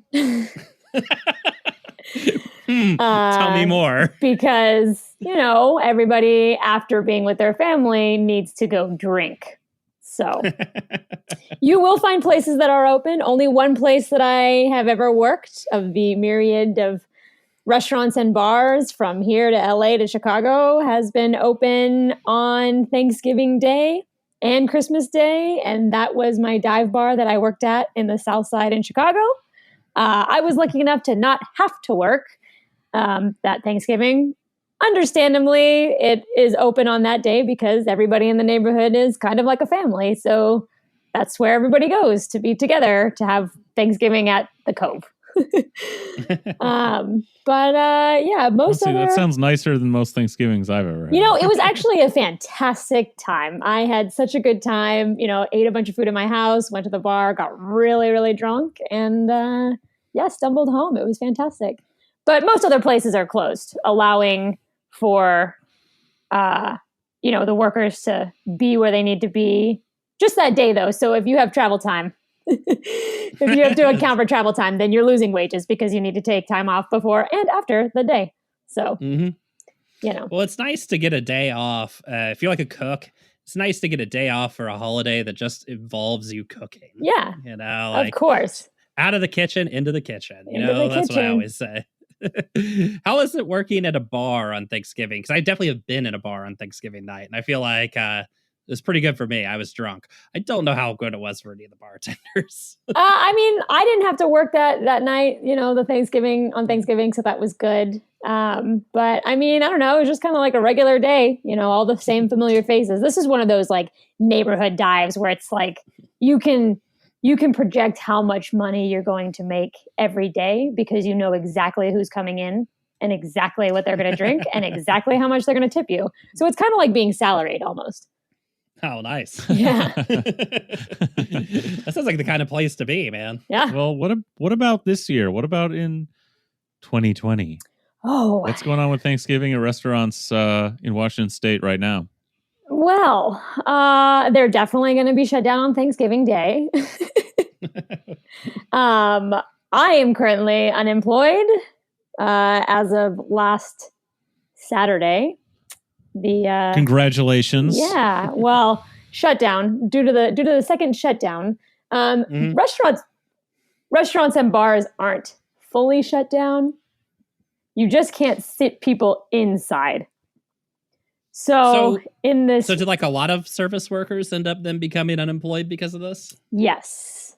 And I assume there's some sort of massive federal aid package though for all of y'all to help keep you afloat, right? Right. All of our George Soros checks are on the way. I was checking the tracking on those today. So that's only because you're an officer in Antifa. But what about the rest of the proletariat? Right, the rest of the proletariat. Well, there's got to be food on the table somehow. So if you're going to eat anybody, I would say eat the rich. Oh no, you got my bow tie spinning. maybe we can lure them into an outdoor dining area for the premise of dinner, and as they come in, they'll only then notice that they're on the menu. Right. Like a big boiling vat. We're like, hey, are you deep frying a turkey?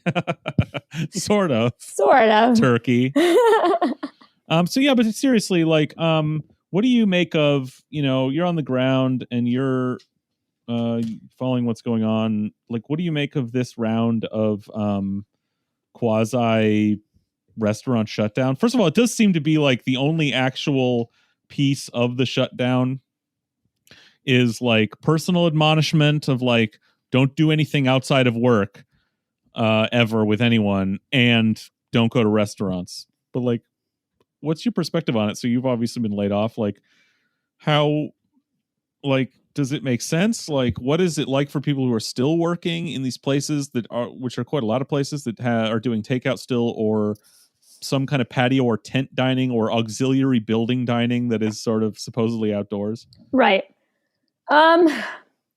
Well, after working my ass off for the last 4 months, after getting the call back to work, just insanely busy at my spot every day, like an hour wait every day, because that's what you're supposed to be doing during a pandemic, right?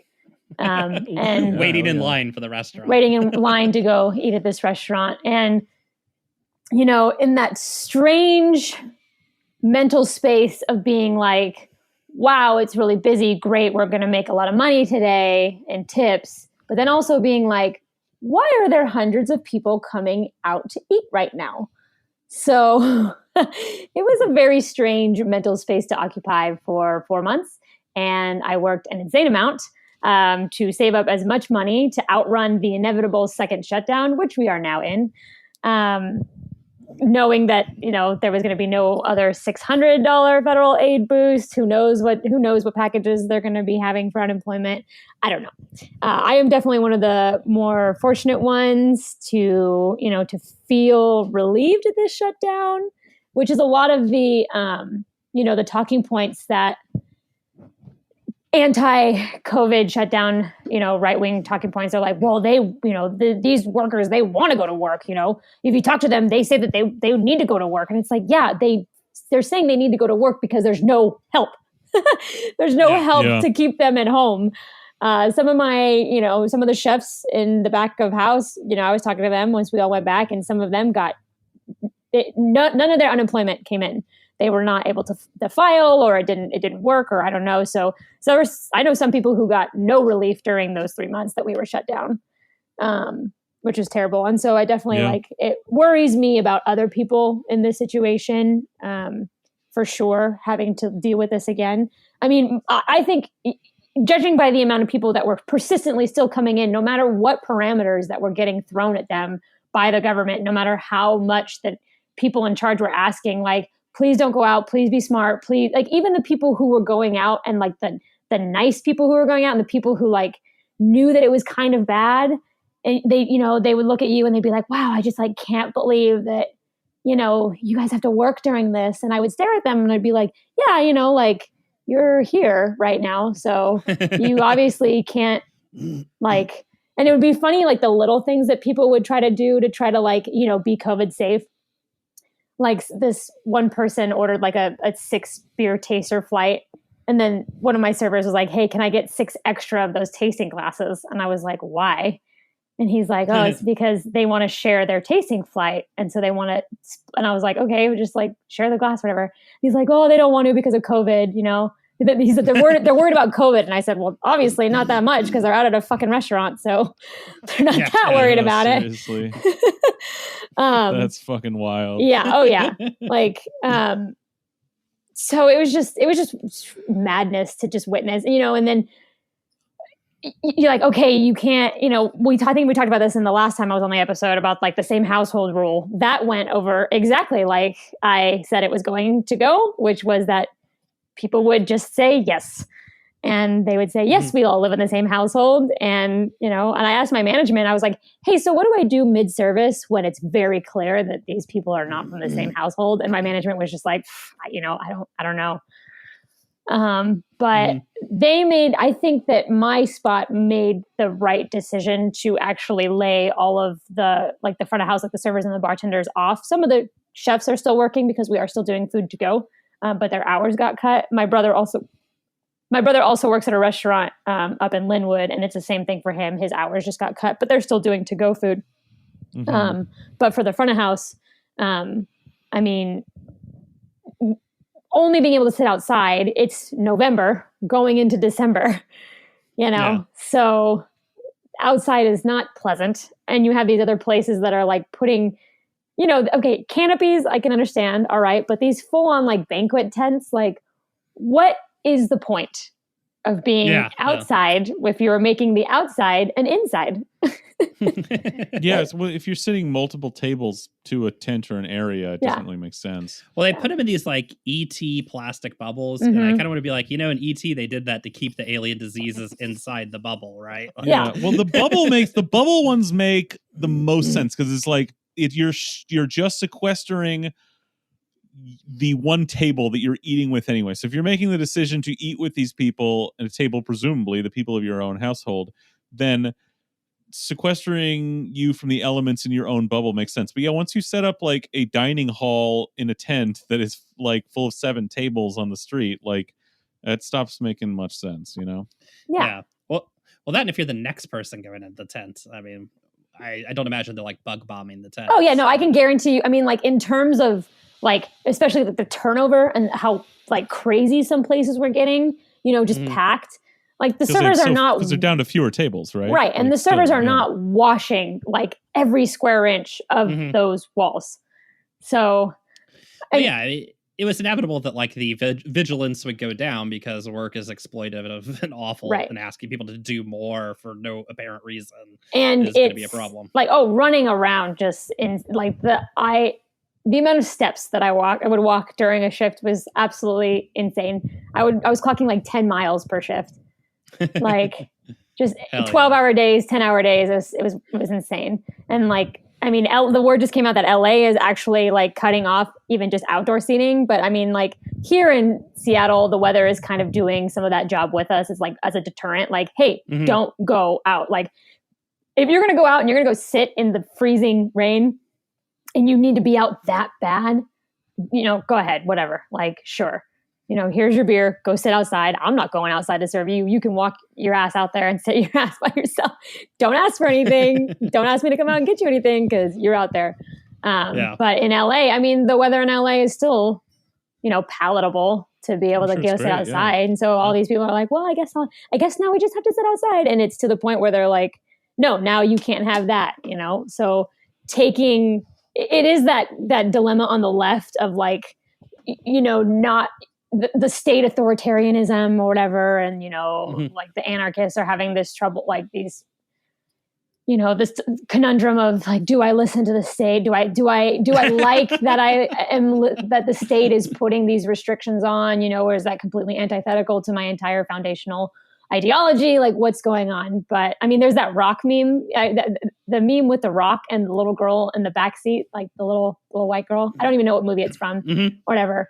But the template is like the Rock's driving the car and he's like, how bad is it or whatever? And the white girl in the back's like, anarchists are saying, listen to the state.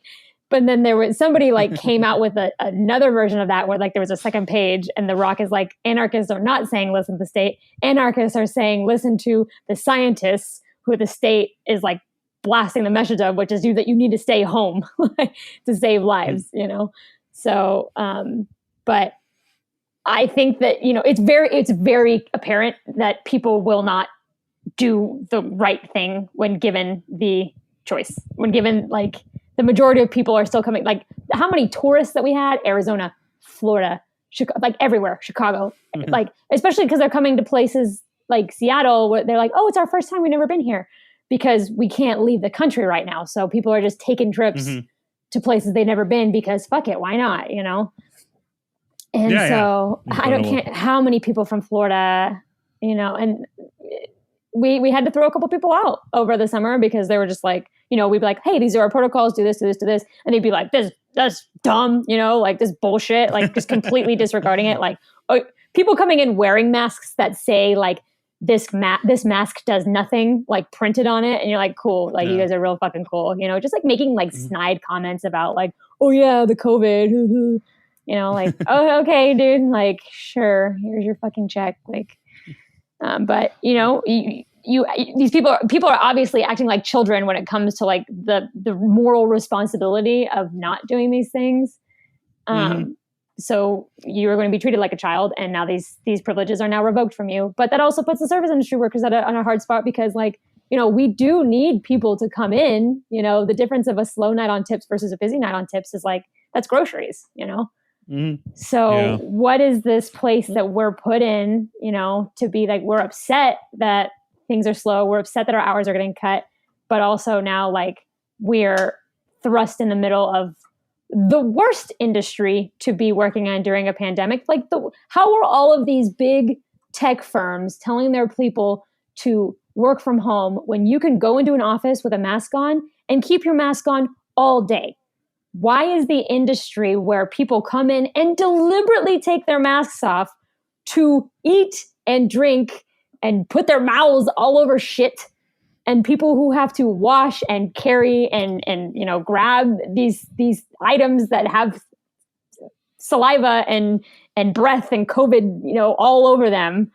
Like, why is this one of the first ones that was opened and the one that is still open? Like, it doesn't make any sense. Like, we had a dump bucket, so every, you know, glassware that came back that still had liquid in it, we'd dump it in this bucket before we put it in our dishwasher. And we would go to dump it, you know, get full, and we'd walk it, and it was called the COVID bucket. Like, you know, you dump it in a sink, and you hope to God that it doesn't splash back on you, you know, just by like the physics of dumping a whole bunch of water into a sink. You dump it really, really slow, like, oh God, oh God, oh God. Oh God, that's gross. It's like when you're, you know, pissing standing up and you're trying to hit the side of the bowl so it doesn't like spray all over the room, but it does anyway. There's no getting around it. It's disgusting. I was to say, so you know, we've covered the bad actors in COVID, right? And the people who are getting fucked over by cut hours and stuff like that. I hear you have a new project that's hoping maybe for some good actors. In this hoping. Yeah. So, you know, thinking again about all of, you know, other staff workers, back of house, you know, front of house, people who maybe this is kind of a death stroke. Cause, you know, I've been listening to the show, what you guys are talking about, and the news about the impending homelessness and like all the evictions and shit like that. Bryn and I actually were spitballing this like network, like a mutual aid network. And we've pretty much laid the foundation to at least get people talking. It's called the Customer Service Community Network, which is basically just a way for people to post, you know, what they're in need of, resources, whether it be like food, money, clothing. You know, if you're like, oh, I'm not going to get dinner tonight, or I can't afford groceries, like somebody can like donate you money or whatever. And as you know, networks are more effective when there's more people in them. We're hoping to spread the word as much as possible so people can keep an eye on what others may need. If you or somebody you know is in need of resources, there's a Facebook page up that I think you guys can probably link to. And then there's an Instagram account. The handle for that is at CSCN for Community Service, Customer Service Community Network. Hold on. At CSCN Seattle for Instagram. And you can just send a DM and we'll make like a post on there and a post on the Facebook. And if some people, they don't really feel comfortable about making public posts like that, you can send an email with what you need to it at neighborsonly@gmail.com. And then we have links to like a Google form, like a survey basically that will help us figure out, what you fill it out about what you need with information that you're comfortable sharing. We also have a version that's in Spanish as well. And though I have links for those that I can give to you guys, you can link them in the show notes. Yeah, we'll definitely have this in the show notes. Yeah, thanks. And it's not limited to people, like just people in the customer service either. That's just kind of like where we started. Because the pandemic is affecting people in all kinds of industries. So, if you know someone or you are someone, just look us up, add us. We're going to try to add some of the other mutual aid networks. I think there's like Big Table Seattle, which is another like service industry worker like benefit, mutual aid benefit. I know there's a couple of them going on in LA. But yeah, just trying to create a beacon hub for people to be like, hey, I need this. And you can post like, you can get in contact with somebody, or we can get you in contact with somebody in your area or whatever, like I don't have a job, so I'm willing to drive to help someone, so, and I've got a car, so that's pretty mobile that way. But just trying to make sure that everybody has what they need right now. Cause this is, if only somebody would have told us that if we didn't do things the smart way, that we were going to end up in another shutdown. If only we had known. I believe that the term was a long, dark winter. Yeah. I believe. Yep. Yeah. We're there now. Yeah, we are definitely there now. Well, thank you for joining us, though, and taking time out of your Thanksgiving dinner to talk with us. Yeah, thanks for, giving me a ring and thinking about me. Really appreciate it. And the customer service network sounds really cool. I'm sure by the next time we have you on, maybe you'll have some, good, hopeful stories to tell about people helping each other from that. So yeah, we'll definitely link to all that stuff in the show notes. And happy Thanksgiving, Marina. Thank you. Yeah. So good to hear your voice. Yeah, and you guys too. Hopefully we can, see you in person sometime in a brighter future, or a darker future where the coronavirus has nonetheless passed. The more likely darker future, because we've reached herd immunity in the United States because everyone has gotten it. Well, I'm the queen of darkness, so this is just my aesthetic right here. So, all right. All right. Well, thanks, and enjoy the rest of your holiday. And everybody be safe and stay warm. Will do. Okay, bye. Bye. Well, that was really special to hear from our good friend Marina on this Thanksgiving Day. I think I'll serve myself up another slice of pumpkin pie while we hear from our next sponsor.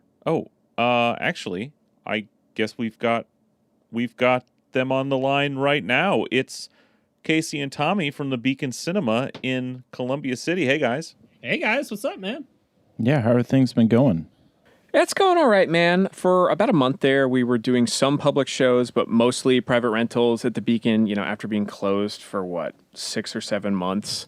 But yeah, now we're just back down to doing private rentals, and it's going really well. The neighborhood has been really cool, and just sort of the people that supported us in the first place have been really awesome about coming out and, buying merch. And yeah, it's going all right. Thanks a lot for having us on the show. Yeah, we really appreciate it. It's great to be here. Yeah, thanks for coming. Yeah, we have something that we kind of wanted to show off, I guess, or kind of, I don't know, what's that expression? Run it up the flagpole. So we've got something here. It's like it's kind of a COVID project, but it does really mean something to us, and we just sort of want to, toss it out here, just see how you guys respond. So we wanted to take this time and just sort of come up with our own film. Yeah, and it's been something that's been living in our heads. We're proud of what we've done so far, but I think this will be really helpful if we can just sort of hear ourselves say it out loud. Yeah. And just sort of like see what the vibe is on this. Yeah, sure. So it's about these three guys. Well, actually, they're more like teenagers, and they have a little radio show that they do in their little town. And they have a really good time doing it. They do it out of one of the kids' garages, and, they talk for a couple hours every day. They have little opinions about the town, and they make little jokes. And they have these bits. When we first meet them, they're in the middle of like this 2-hour bit about a guy who drank a chemical toilet. Yeah. So it's a coming-of-age movie, sort of in the spirit of, say, Breaking Away or Hoosiers, but, kind of meets a more kind of English sensibility in the sort of kitchen sink type movies. So we follow these three kids over the course of this summer as they just live their lives. Mm-hmm. And it's just these tiny little dramas that play out, from the perspective of the audience. We know that this is just sort of insignificant small town stuff. Meaningless. But from the perspective of these characters, this stuff is huge. It takes on the weight of the world. Mm-hmm. Yeah, and for them, their whole world is this radio show. And the town listens. Okay. The town listens as a joke. Everybody laughs when they do their show. Yeah, it's not in sort of a fun way. It's mean laughter. It's, they're laughing at the foolishness of the three main characters. And they just don't have a clue. It's kind of embarrassing. Yeah, but that's sort of that Coen Brothers element that we keep talking about. Like, it's sort of, there's a sprinkle of kind of Ignatius J. Riley in there, too, in one of the These characters. are our protagonists. We're on their side. We're following them. Yeah, you can't help but kind of get swept up in it, even if they are sort of hapless and... It's kind of dumb. Yeah, pathetic. There's no other word for it than pathetic. Anyway, so yeah, let's run through the main characters. So it's really an ensemble piece, but still, the lead character is this kid, Colin. He's this sort of like great kid with a heart of gold, but he's run ragged from just helping everybody all the time. His big thing is that he really just can't say no. And he's got this job. He works at Radio Shack. He's kind of a tech whiz. Yeah. But he's got to babysit. He's got to, help the neighbors fix their radios. He's just fucking stressed all the time. This kid cannot get a break. But his dream would just be to set that all aside and do the radio show full time. Right. But he's a pragmatist, and he knows that it's just not realistic. And through the course of the movie, we really see him have to make a choice. Is he going to step up and do what's hard and let somebody down? Right. Is he going to face his biggest fear, which is change? His buddy on the radio show is this other kid, Greg. And Greg is an oafish loudmouth who's tolerated to different degrees by the people in the town and basically avoided by everyone else. He just wants to be taken seriously. He's just so desperate to be heard. Greg, for some reason, just lives in a treehouse out in the middle of the woods. And he's just such like a weird and out of touch kid that he can't really see that he's just sinking lower and lower. He really needs just like a concerning amount of help from the people around him. He is a really, really good person, deep down. He's got a heart of a lion. And I think he has a certain very, very pure honesty that I think can be, for a lot of people, for polite society, a little bit abrasive. You suck. And to round out the group, they have a third. Brian, who really just kind of showed up out of nowhere. No one knows where he's from. And this is kind of the wild card for the movie. Yeah. It's something of a supernatural element. Yep. Yeah, we went there. He might have to go back to his home planet. At some point, yeah. So the plot really kicks into gear when the beloved DJ on the real radio, the actual radio, when he passes away. And our three main characters hear the announcement, broadcast. This is a big deal in this little town. This guy was a legend, and who's going to fill his shoes? Yeah, it's been, 40 years he's been doing this job? And now the position's open. What an opportunity. And there's auditions at the end of the summer. So everyone in the town starts getting ready. I mean, they're all kind of getting their little troops together and practicing in their garages.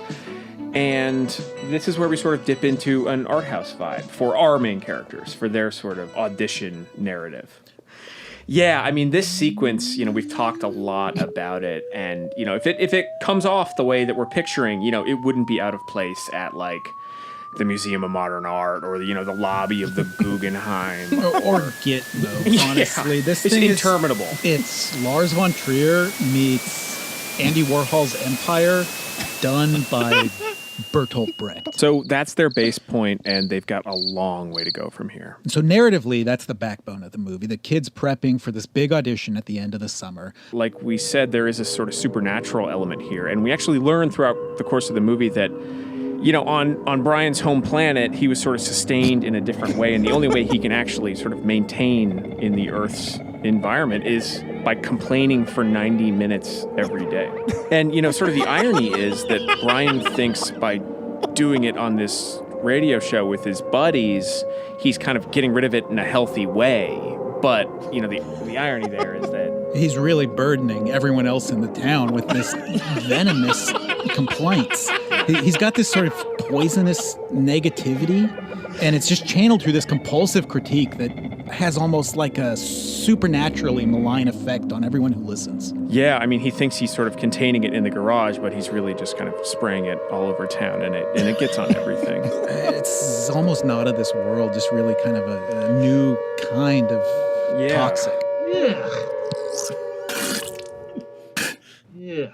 Another thing that's kind of going on with Greg is that he's slipping lower and lower, and Colin's pretty concerned.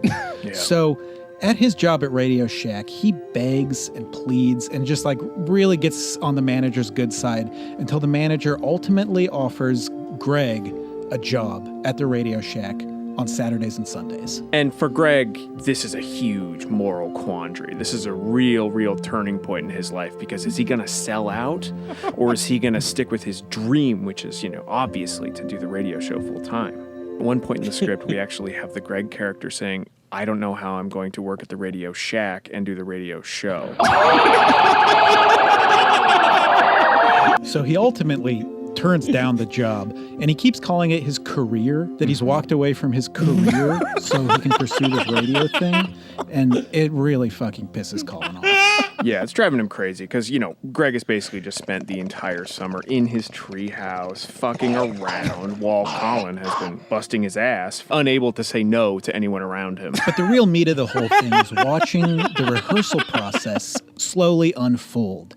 Think all that jazz, or, a little bit of Jacques Rivette, that kind of feeling of just like repetition and like small, subtle, evolving performance, just sort of a study of performance. Almost unnoticeable, the progress, but, you see them doing it enough that you assume it's getting better. So at last, the big day's here, but there's a crisis. Colin gets called into the Radio Shack and has to work on the day of the audition. What's he gonna do? This is the biggest moment of his life so far. And his dilemma is he going to stay the course and continue keeping everyone in his life and general orbit happy? Or is he for once going to do the thing that makes him happy and follow his dream? But, it's a movie. So, of course, he goes straight to the audition and he meets with Greg and Brian, who are obviously relieved to see him. And you see the whole town has come out. Everybody's got their own little act ready. They're all rehearsing out in the parking lot. It's all a flutter. Yeah, that's very folksy. There's a guy with a ventriloquist dummy. There's a lady with a horse. And one by one, they start bringing the acts into the recording studio. And finally, we get to their audition. We get to finally see if they're going to bring it. This is really the climax of the movie. Yeah, this it's is the all been final building scene. to this. Yeah, it's a huge deal. You can tell how nervous they are, and they're auditioning in a room that it's not their garage. It's behind. The judges are behind like a two-way mirror because if you're auditioning for the radio, it wouldn't matter how the judges are reacting because you still have to do your bit on air. So they choke.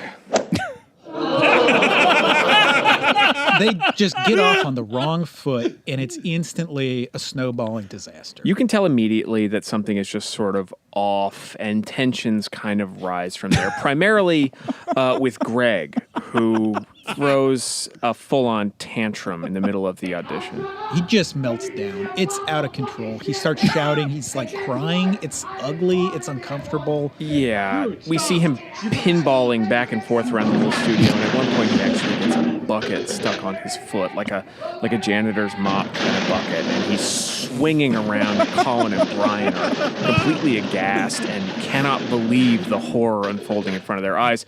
But on the other side of that glass, we see the judges' reaction. They're not exactly concerned. They're sort of bemused, and there's a couple light chuckles happening between two of the judges. And as it gets more and more out of hand and just like it completely gets away from them, the judges start cracking up.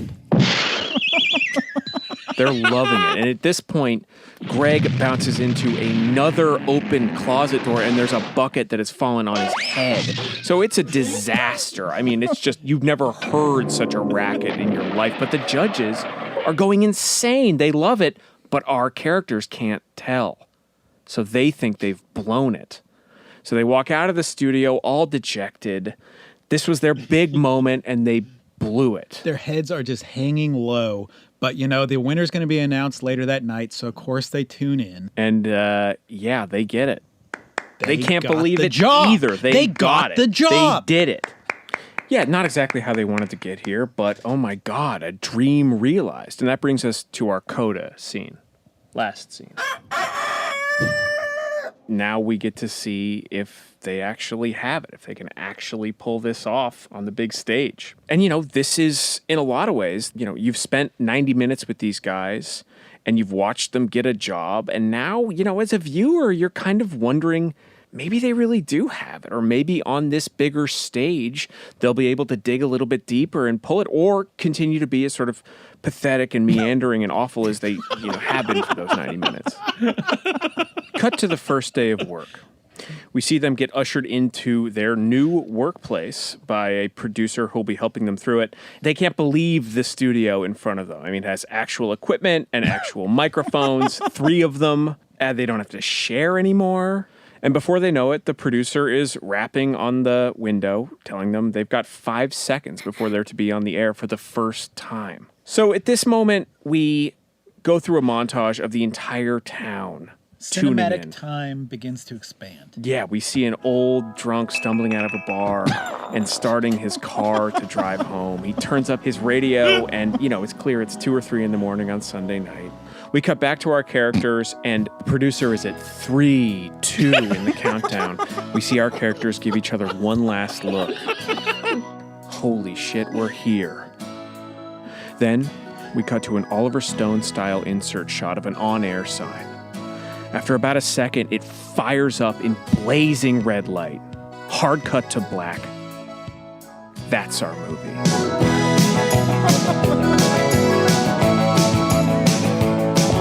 Triumph. Wow. What a movie. I hope somebody makes that.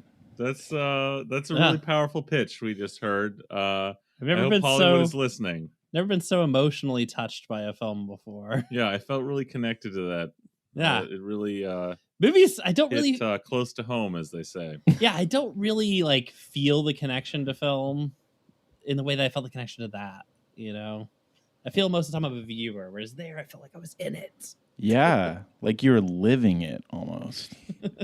Yeah, and beautifully pitched by Tommy and Casey. You know, I'm sure they have a bright future ahead of them in Hollywood. Yeah. But until then, people should visit them. You know, obviously, Hero Apparel at the Beacon Cinema. Yeah, yes. Buy apparel from the Beacon Cinema. Yeah, and go buy when available. Rent them out for private, small number events. Yeah. So that sounds like a lot of fun. Hey, your own movie theater to show whatever you want. Sounds great. Couldn't be a better place to see a movie either. Maybe do something wacky like rent it out and show Waterworld. Yeah, that sounds like a crazy. What kind of fucking weirdos would do that? Probably those three guys in that movie. Yeah, actually, that does sound like something they'd come up with. Well, yeah, thanks again to the guys at the Beacon. I think it's probably time to make another call to a Thanksgiving friend. Let's do it.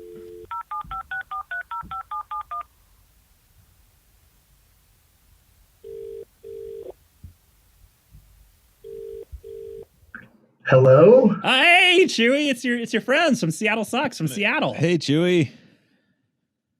I don't know anyone from Seattle. No, you know us. You've been on our boat. If you say so, but it's still, I think I'd remember being on a boat in Seattle. But anyway, what's up, guys? I'm it's no big deal. We're so. also in the middle of Thanksgiving, and what we're doing is we're giving thanks by calling our friends and talking with them. You know, Thanksgiving is all about family, and we don't like our family, so we're calling our friends. Yeah, and since you're our the Seattle Sucks Texas correspondent, you know, naturally we want to check in with you, Chewy, see how you're doing. What, you know, my big question as one of the only non-Texans in Seattle, apparently, is how do Texans celebrate Thanksgiving?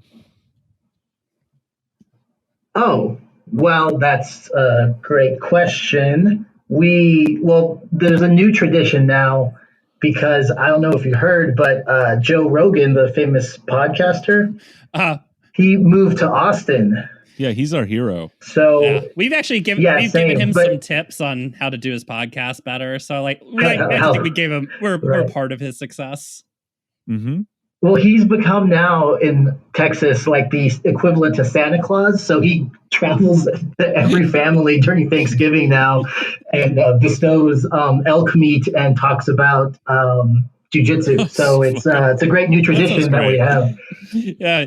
Yeah, it's fantastic. You do not want to surprise Joe Rogan when he comes down your chimney. That's the thing. No, definitely not. And sometimes if you're like a really good little Thanksgiving boy or girl or whatever pronoun you choose, sometimes Alex Jones comes with them. And they tell you fantastic tales of reptilians and lizard people. Oh, man. You know, it is so funny. So, you know, obviously Joe Rogan has moved to Texas. First off, I heard that I heard from you that there was some sort of debate in Texas about where he was going to move, as if it was any sort of question. Like, what the fuck was that about? Yeah. I think mainly the mouth breathers, the smooth brains on Reddit were like, I mean, I'm part of the problem too, but me on my Reddit post. I said. All my reply guys. No, a lot of people though were like, where's he going to move? And people were, you know, I guess they picture Joe Rogan as some like rugged cowboy. So they were like saying he's going to move in some like heavily wooded remote area. Texas, and I was just like it's awesome. Yeah. Like he was going to Odessa, Amarillo. Yeah, like he's going to raise cattle. No, and I was just like commenting like, no, it's Austin. Like that's unequivocally. There's no mystery. Like, what's the closest place to like a overpriced California like city? Austin. And sure enough, he got some like supposed like $12 million mansion that's like right on the river.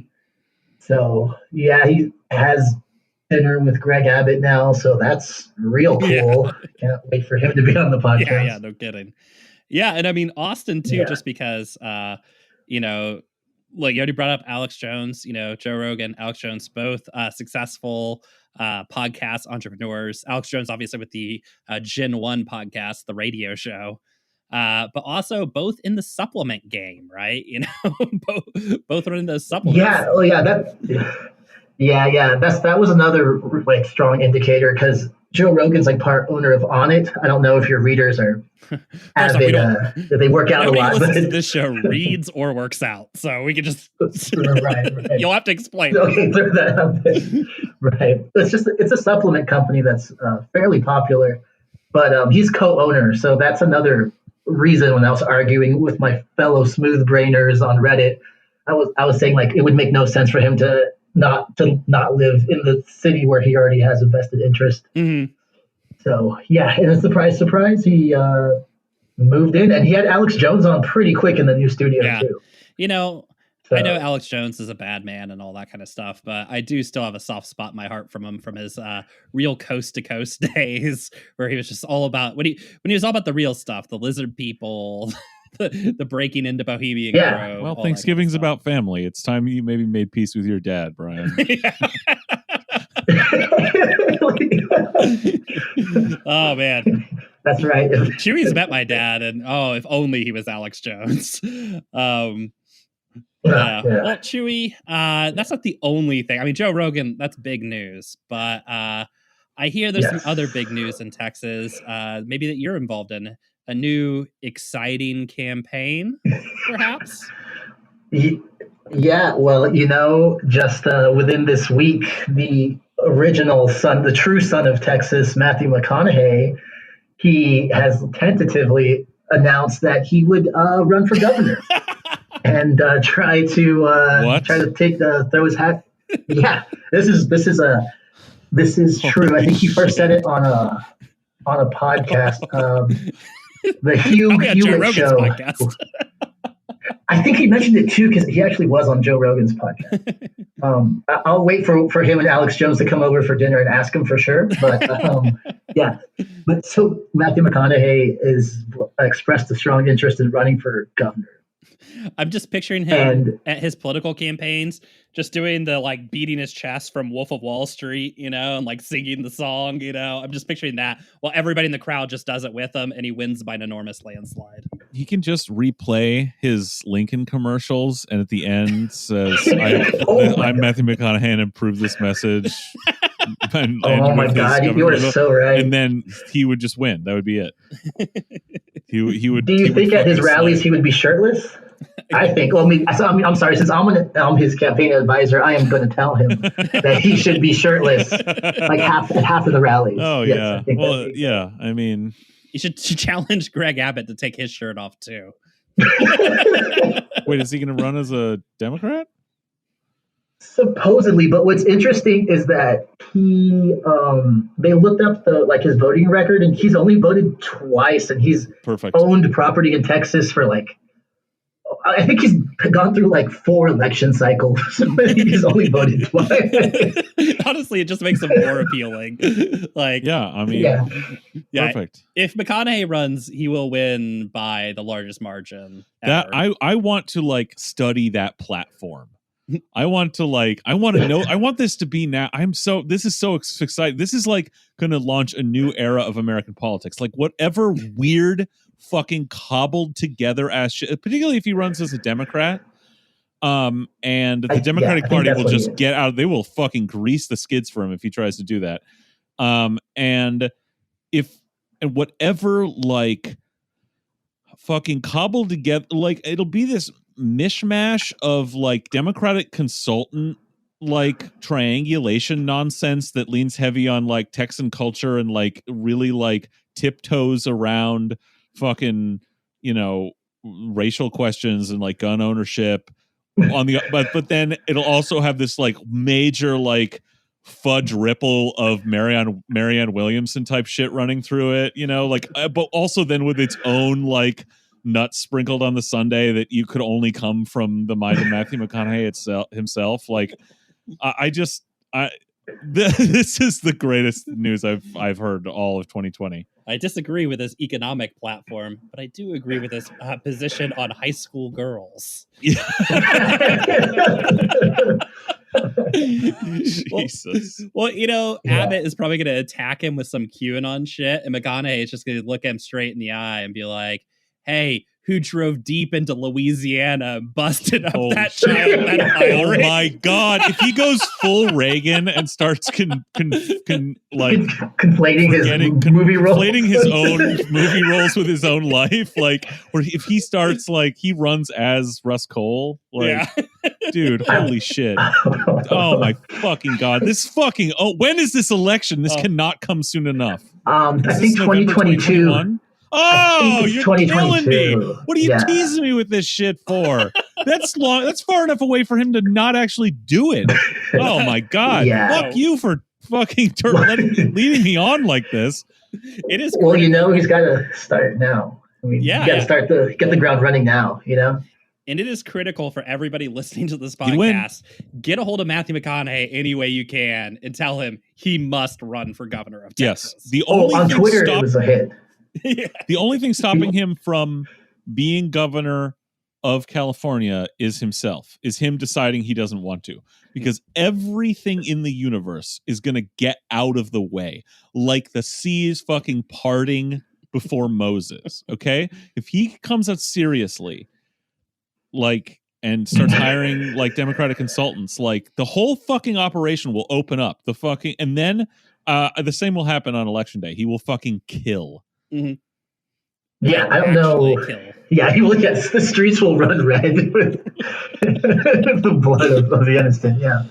Yeah. So that's my new job now. I'm going to work with Matthew McConaughey to run for governor of Texas. Yeah, lucky for you. Here you thought running all those marathons and stuff was pointless or whatever as you got older, and now it's all so clear. It's all been leading to this. Yes, so equally as useless. So yeah. Yeah, and I'm technically unemployed. I was unemployed because of COVID. So now I have a job. So thanks, McConaughey. He's already contributing to the local economy. Wow. Yeah. Got my vote. That's for sure. So COVID's also affected, accountants who move money for the Mexican mafia, I believe was your dream job you described to us last time. Yeah. But, safety first is what the cartel's motto is. So they were like, we have to let you go until this COVID thing is under wraps. We can't meet with you. We don't want to deal with you until COVID's, because we're a family. Yeah. Hey, your family's got to watch out for each other, right? Yeah. So that's my Thanksgiving. Just left some bourbon out for Joe Rogan and Alex Jones to come visit here in a little bit. I would say you should leave the ayahuasca for fucking for Joe. I don't know. Does Joe drink? Yeah. He seems like a psychedelics guy to me. He drinks. Oh man! Yeah. And plus, does McConaughey drink? Oh yeah. Didn't he used to advertise He used to advertise wild turkey or something. Money to advertise. Yeah, I'm sure that they wanted him to, but there's no fucking way McConaughey drinks. Look at him. No, you see those abs? Yeah, you're right. No, literally. He's like 60 years old, and he looks like that. That's not what alcohol. As somebody who knows what alcohol does to the human body, that's not it. That's the case study. Me and McConaughey. Also, his vibe though. His vibe is very not like. Yeah, he'd be like, what? No, I meditate instead. Yeah. Mushrooms and Joshua Tree for sure. Yeah. Classic pairing. Yeah. Yeah. As Chewie can attest, me and McConaughey at age 18 looked exactly alike. Fitting, yeah. And I've yet to see the difference is alcohol. I gotta say, McConaughey, having met the man and worked with him, right. Oh, great. On multiple things. He in person, he looks like a leathery snake man. but he still looks good. Okay. He has the tanned the over tanned skin of a reptile, but he's handsome as hell. He's making it work, If you keep saying the term leathery snake man, maybe Alex Jones will go visit you up in Seattle if you keep talking about leathery snake men and reptiles. Maybe Alex Jones will be McConaughey's lieutenant governor. Oh, one could only wish. That'd be unstoppable ticket. Well, I do know for a fact that if Alex Jones campaigned with McConaughey, that Alex Jones would take his shirt off at the campaign events with McConaughey. So we do know that. Yeah. Okay, that's a good way. If when McConaughey runs, that's how. If he's reluctant to take his shirt off, all we need is to recruit Alex Jones to go to his events and take his shirt off in the front row and be like, come on, I'm doing it, man. Yeah, we're doing it together, bros. Yeah. Well, shit, Chewie. thanks for bringing us this exciting election news. I think this is the most exciting thing we're going to hear all Thanksgiving. That's what you get. Greg is from I'm that hard hitting journalism as your Texas correspondent. I'm out there on the streets. Exactly. Yep. Yeah, you got your feet on the streets, learning everything. Yeah. Greg is literally vibrating in his chair over there. He's so excited about this McConaughey. I'm thinking about moving to Texas and working on the Yeah. Come on We're down. actually going to raise money to sing Greg for the campaign. Yeah, you have experience. Although Greg has so far not the best track record at getting people elected. All right. Listen. All right. Excuse me. I was in Texas in March of 2008 for the Firehouse primary that Barack Obama won the caucus portion of. Well, shit. You're hired. How do you do in the Texas primary generally, and then in the election? Yeah, exactly. Listen, we got out that vote for the caucuses, okay? And Clinton took the... Why there's both, I don't understand, but... I will never... Is that still how it works? I grew up in Texas, and I could not explain its electoral system to you. I think it's illegal to vote. Yeah. In general, yes. Yeah, post-Civil War chicanery is the style. Technical term, yeah. Okay, cool. Great, awesome. Great. Well, like I said, I was in Texas when Barack Obama won that primary, and I was out on the streets for him, so... the caucus. He lost the election portion of to Hillary Clinton. As I recall, for some reason there was also a caucus and he won that. Jesus. That's what we were doing. So I think you got what it takes to be a McConaughey campaign worker. I do. Have I'll pass it along to him. Yeah, I'll tell him. All right. Yeah. Okay, cool. Yeah, Thank you let the man know that we are McConaughey diehards over here, and we're gonna ride that flat circle with him all the way to the governor's mansion. So, sounds like a plan, gentlemen. But hell yeah! All right, thank you. Happy Thanksgiving, Chewy. Say hi to all of Texas for us. I will. Yeah. Any messages to Joe Rogan or Alex Jones in particular? Like anything you want me to bring up to him? Keep up the good work. If you if you get down and you need any advice, just hit us up. Okay. Yeah. I'll mention that. I know some real pros. Let Joe know. Yeah. Let Joe know that we're proud of him, and we're glad he used our advice to get the mild, modest success that he has gained. All right. I will talk to you guys later. Have a good Thanksgiving.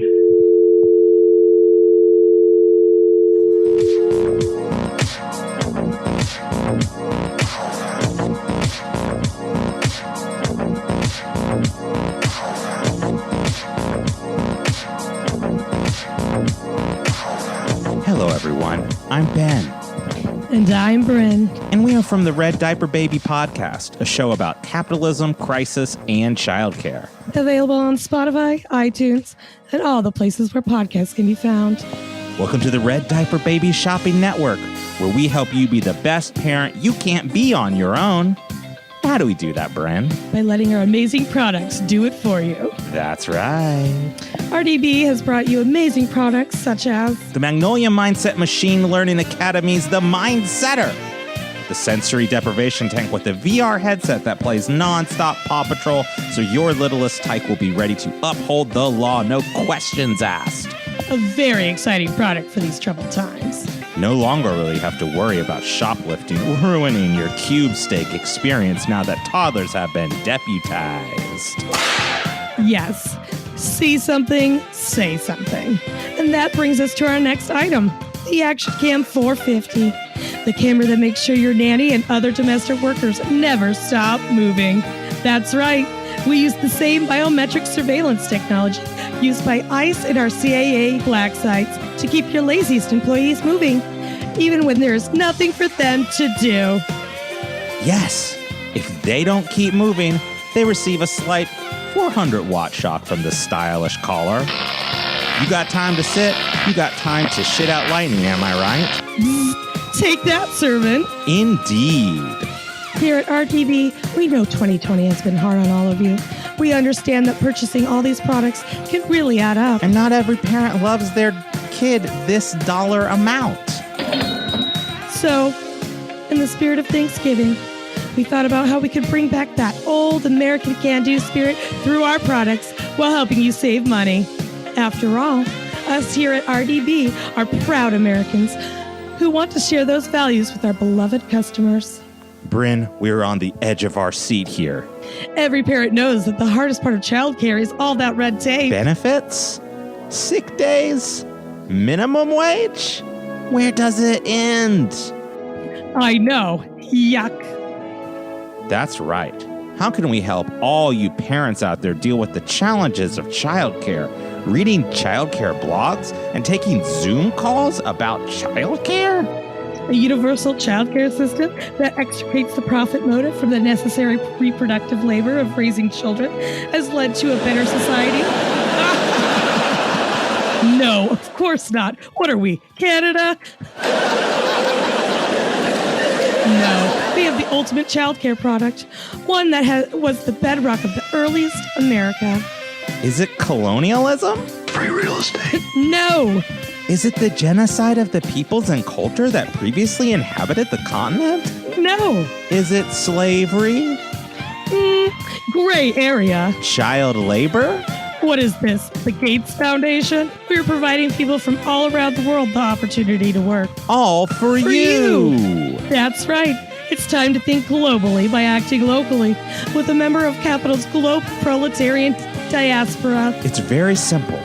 Bring an immigrant laborer into your home and, here's the best part, just take your new servant's passport and throw it in the trash. And let the spectacle of year-round ice do the rest. But maybe you're asking yourself, what if being a no-nonsense girl boss makes me feel bad? You know, like in the movies. For that, we have a ready supply of "In this house we believe" signs.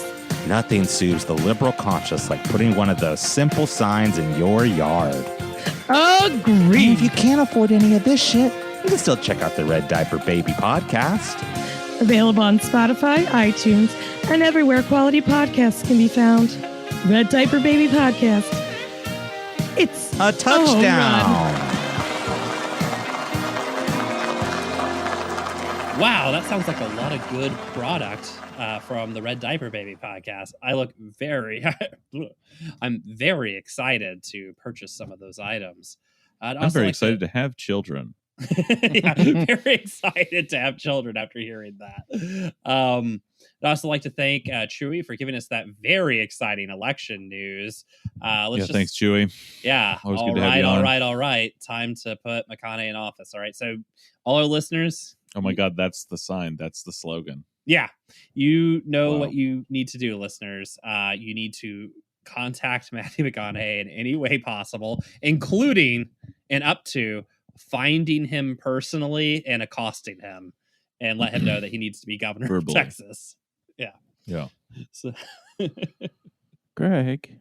Wait, hold on. I hear a voice soft on the wind. Greg. Greg. It's Yes, Tiny Colin. You sound like you have COVID. Please, sir. Could you spare another Thanksgiving story? Well, I'm sure Greg is all out of Thanksgiving stories.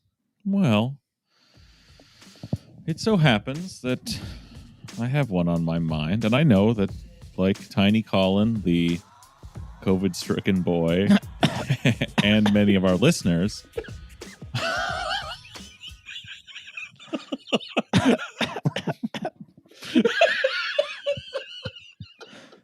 Greg.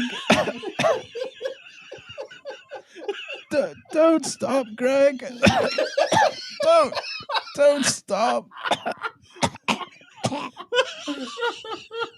I'm going now, Greg. Sorry.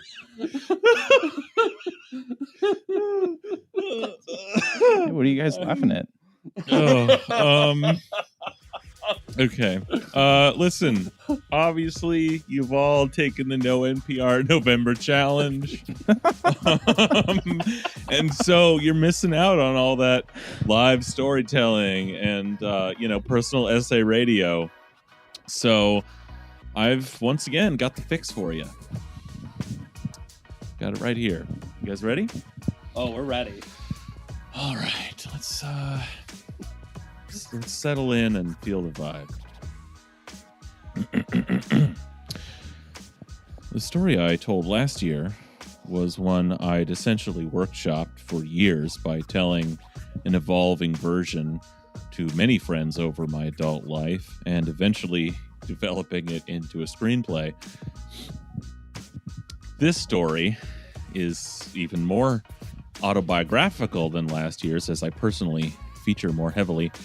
In fact, it takes place shortly after the last one ended, after my father had been ordered from the home and the set of Video Bread by a court and restrained from seeing his children. That's awful, Greg. But no, this is not the tale of how the man behind the Video Bread racket became a terminal divorce court guy. Rather, it focuses more on me and my mother.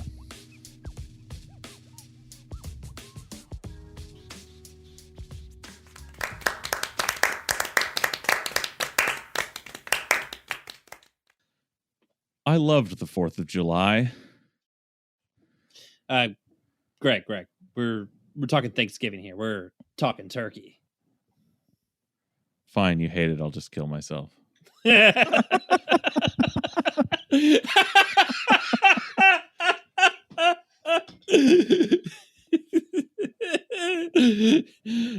the end of the show, and our lives. Yeah. If you please. I loved the 4th of July, but this is really a story about family. And what's more Thanksgiving than family? The 4th of July was big in Bothell, very patriotic little suburban hamlet. It has been said that Bothell has and had one of the most elaborate Independence Day traditions in Washington. The annual parade is and was a regional attraction, and at least at times, and by some metrics, has claimed to be the biggest around, drawing not only large crowds to the sidewalks of the Bothell-Everett Highway, but premier parade attractions. Naturally, there are school marching bands, dance troops, rotary floats, but no less than the Lincoln tow truck, the pink one with the toes. Hell yeah. The Seafair Pirates and their amphibious pirate ship. Hell yeah. Along with, old-timey fire engines and the prize collection of some local antique military vehicle club. I loved the camo dune buggies with the 50 cals mounted on them, which looking back seemed like just some right-wing militia types trolling the town. It has a whole different meaning these days. Yeah. But there's more. There's history. Bothell is an old town. There are, or were even, preserved old buildings from its mid-century founding at Bothell Landing, the old barge stop on the Sammamish River that became the town and was now a park.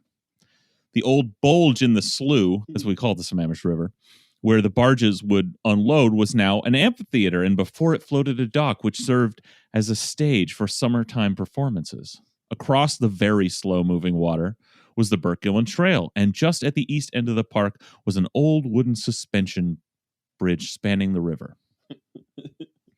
Our first summer in Bothell was that of 1988, when Dad was still around. At the age of 3.5, I saw something that is probably fair to say changed my life. On that stage, floating in the slough, I saw the Continental Congress. Coattails and wigs and all, I saw Thomas Jefferson declare that all white landowning men are created equal.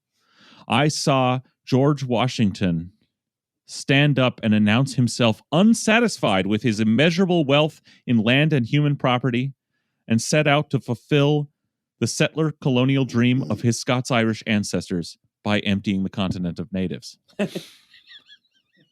I saw Paul Revere bolt down the Burke-Gilman Trail on his horse, and I saw the Redcoats themselves marching to the bridge at Lexington, or was it Concord? I saw the Minutemen leap from the underbrush and cut the King's butchers to pieces. I saw a pageant spectacular of American bourgeois settler imperium. I saw ostensibly the good guys, the triumph of liberalism over tyranny, the end of the feudal colonial order. I saw that on the 4th of July with my family, and I saw it the next year too. In fact, I became insistent on seeing it and on strict observance of what I now considered firm Independence Day family traditions. I was hooked. It's very possibly the beginnings of my interest in history and politics. Here was a story brought to life before my eyes, but also connected to my own past as a patriotic American boy. I would come to understand it as a story of freedom and democracy, and you get the idea. I think all that stuff is bullshit now, and who can say why I was more attached ultimately to the actual meaning of those ideals than to the history of America itself? It's a tale for another time, as this story is really more about the pageantry of it all. Here they were, these living historians, bringing to life this inspiring story with costumes and wigs, but also with cannons and brown besses with black powder blanks. Among them was a lad. At least one. I remember this clearly. He must have been beating a drum, and from across the river, he could have been a little older than me. And were there a few more? A couple of preteens with muskets among the Minutemen? Who knows?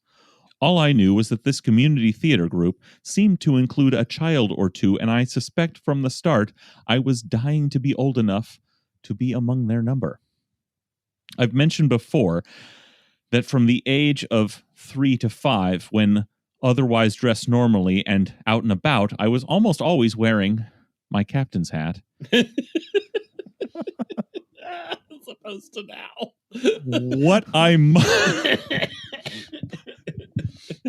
What I may not have mentioned is then when at play, or when particularly inspired, I might well choose to go to preschool in costume. I had a large bin of dress-up clothes from which I would assemble my conceptions of, sadly, gender-normative occupational garb, like construction worker or army man. This wasn't like Spirit Halloween stuff, you understand. There may have been a couple of camo shirts and such, but the rest was just odd articles and key accessories, which I imagined did the trick. Except for the hats. I had costume hats. My dad had hung a clothesline around my room and pinned to it a growing variety. A couple of captain's hats and sailor Dixie cups, a hard hat, a cop visor cap, as well as a Bobby's pith helmet. A straw safari pith helmet, a fire helmet, you get the idea. At the age of 3, while visiting family in Houston, we went to a megachurch on Easter, me in my Sunday best, which consisted of a navy double-breasted suit to which my mother had lovingly stitched silver piping around the cuffs and patched a device to the breast, and with my finest captain's hat perched at a jaunty angle. I won a competition. The dandiest boy in Bothell.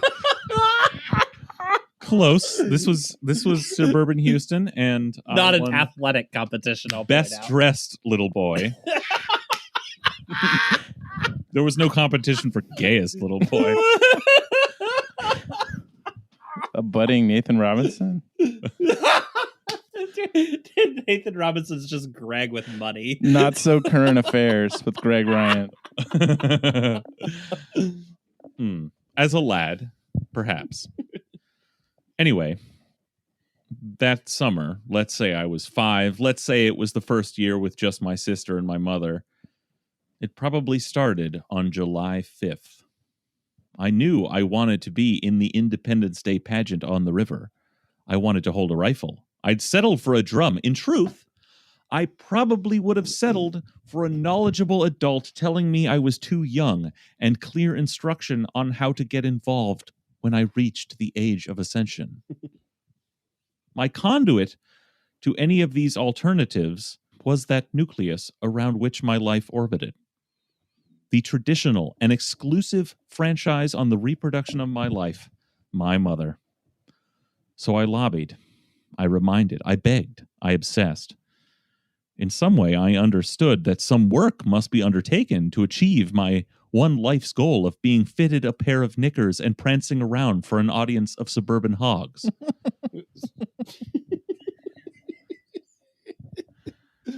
My single parent. A good Christian white lady and a nurse. She was once a child, and as much as I was propagandized about America's essential goodness, she was convinced of the basic competence of the family unit. An entire world had told her that two boomer idiots could get together and for no reason reproduce. And these two idiots would be all the physical, intellectual, and emotional support a child or multiple children would need, cloistered away in a suburban home, shut off from community, with brief field trips to church to learn racism and backwardness, and eventually to school to learn wage slavery. So I can't really blame my single parent, my mother, who I lobbied and cajoled off and on for a calendar year.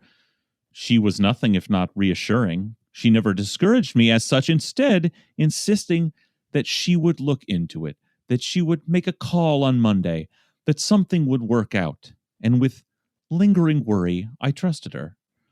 As summer came, I became ever more insistent, growing worried that time was running out. As July fell near, I tumbled into despair. Ever and again, my mother assured me that she would have time to sort it out soon. On the morning of the 4th, I was distraught. Looking back, I was certainly too young to have snagged a part, and had I been assured of this fact, my overwhelming sense of FOMO might have been alleviated. Indeed, I would have believed my mother on this point had it been argued convincingly. Instead, my mom was all love and encouragement. "Greg," she must have said, "it's going to be okay. We're going to figure it out. There are still a few hours until the show starts." She bade me get in costume, and so I did. Chinos and wingtip shoes, the white Oxford shirt from my award-winning captain's suit, and a vest, which to the postmodern eye looks appropriately ancient. In my hand, she placed my toy musket, a real wood and metal affair, which I protested was unneeded since obviously they had the right kind of armaments available for the production. Just in case. On my head, from the clothesline ringing my bedroom, she set my tri-corner hat. The one I'd worn the past 2 Halloweens as part of the costume she had lovingly crafted. In that mode, I'd worn a frilly shirt, an eye patch, and a hook on my hand. Because I was Captain Hook. The hat was bright red, with silver piping, and a white feather boa thing stitched around the brim. Mom wiped the tears from my eyes and loaded my little sister and I into the car. As we made our way downtown Bothell, my spirits lifted. There I was, dressed up like a patriot, on my way to slaughter some lobsterbacks. Mother had made things right. Once we reached the parking lot, my assessment had shifted. Something did not seem right. I had not rehearsed. These were...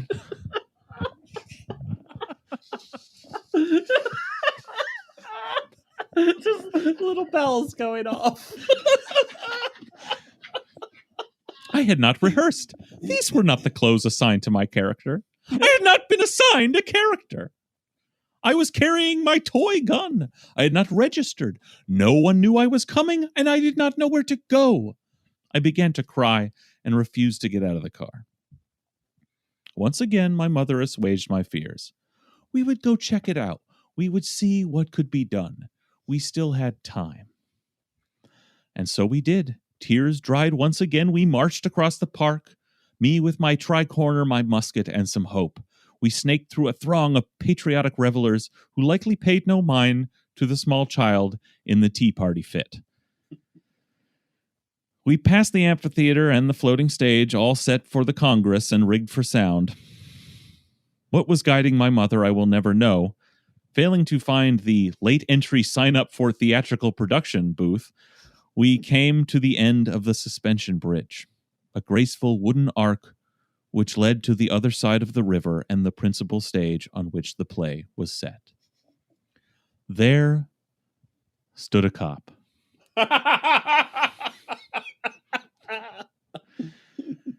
The civil servant informed us that the bridge was closed. Indeed, the whole other side of the river was shut down for the holiday. You see, there is a show about to go on.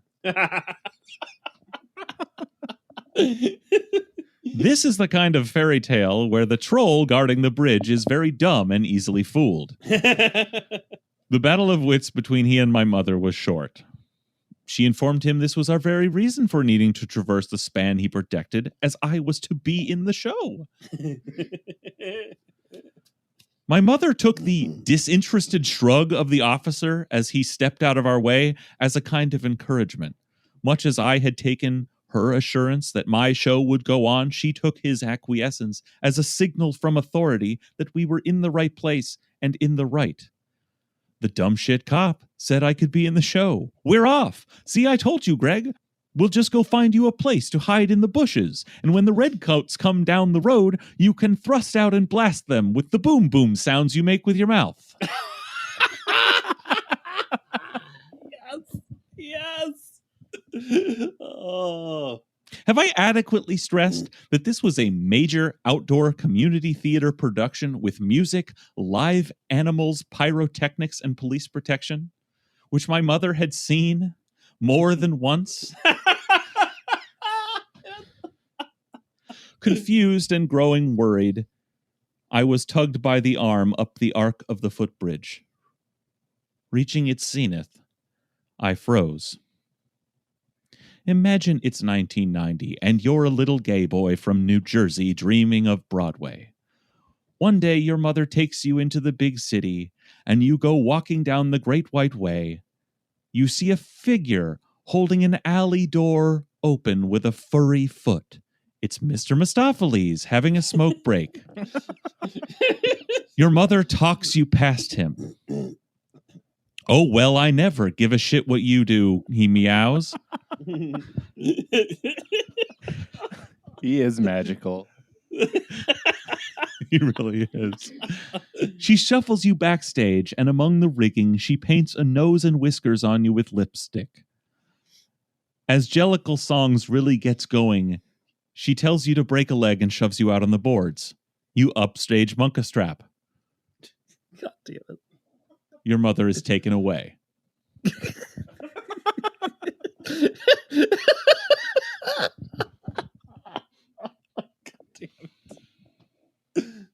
Stuck there mid-bridge, nothing made sense. That cop didn't know shit. What we were doing here was dangerous. Was at least a disruption to an institution I already held dear. My mother didn't know shit. Looking up at her, I realized for the first time that my sole provision of sustenance and connection to the world was an insane person. I refused to go on. This time, I did not cry. Rather, I was firm, adamant. We would go back to the car.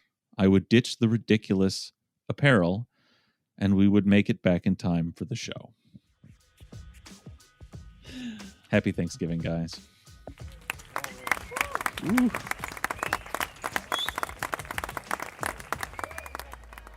Wow, what a show this has been. Thank you all for joining us. But before we finish this out, we have to do one last thing, a tradition here at Thanksgiving, which is we have to tell you all what we're sorry for.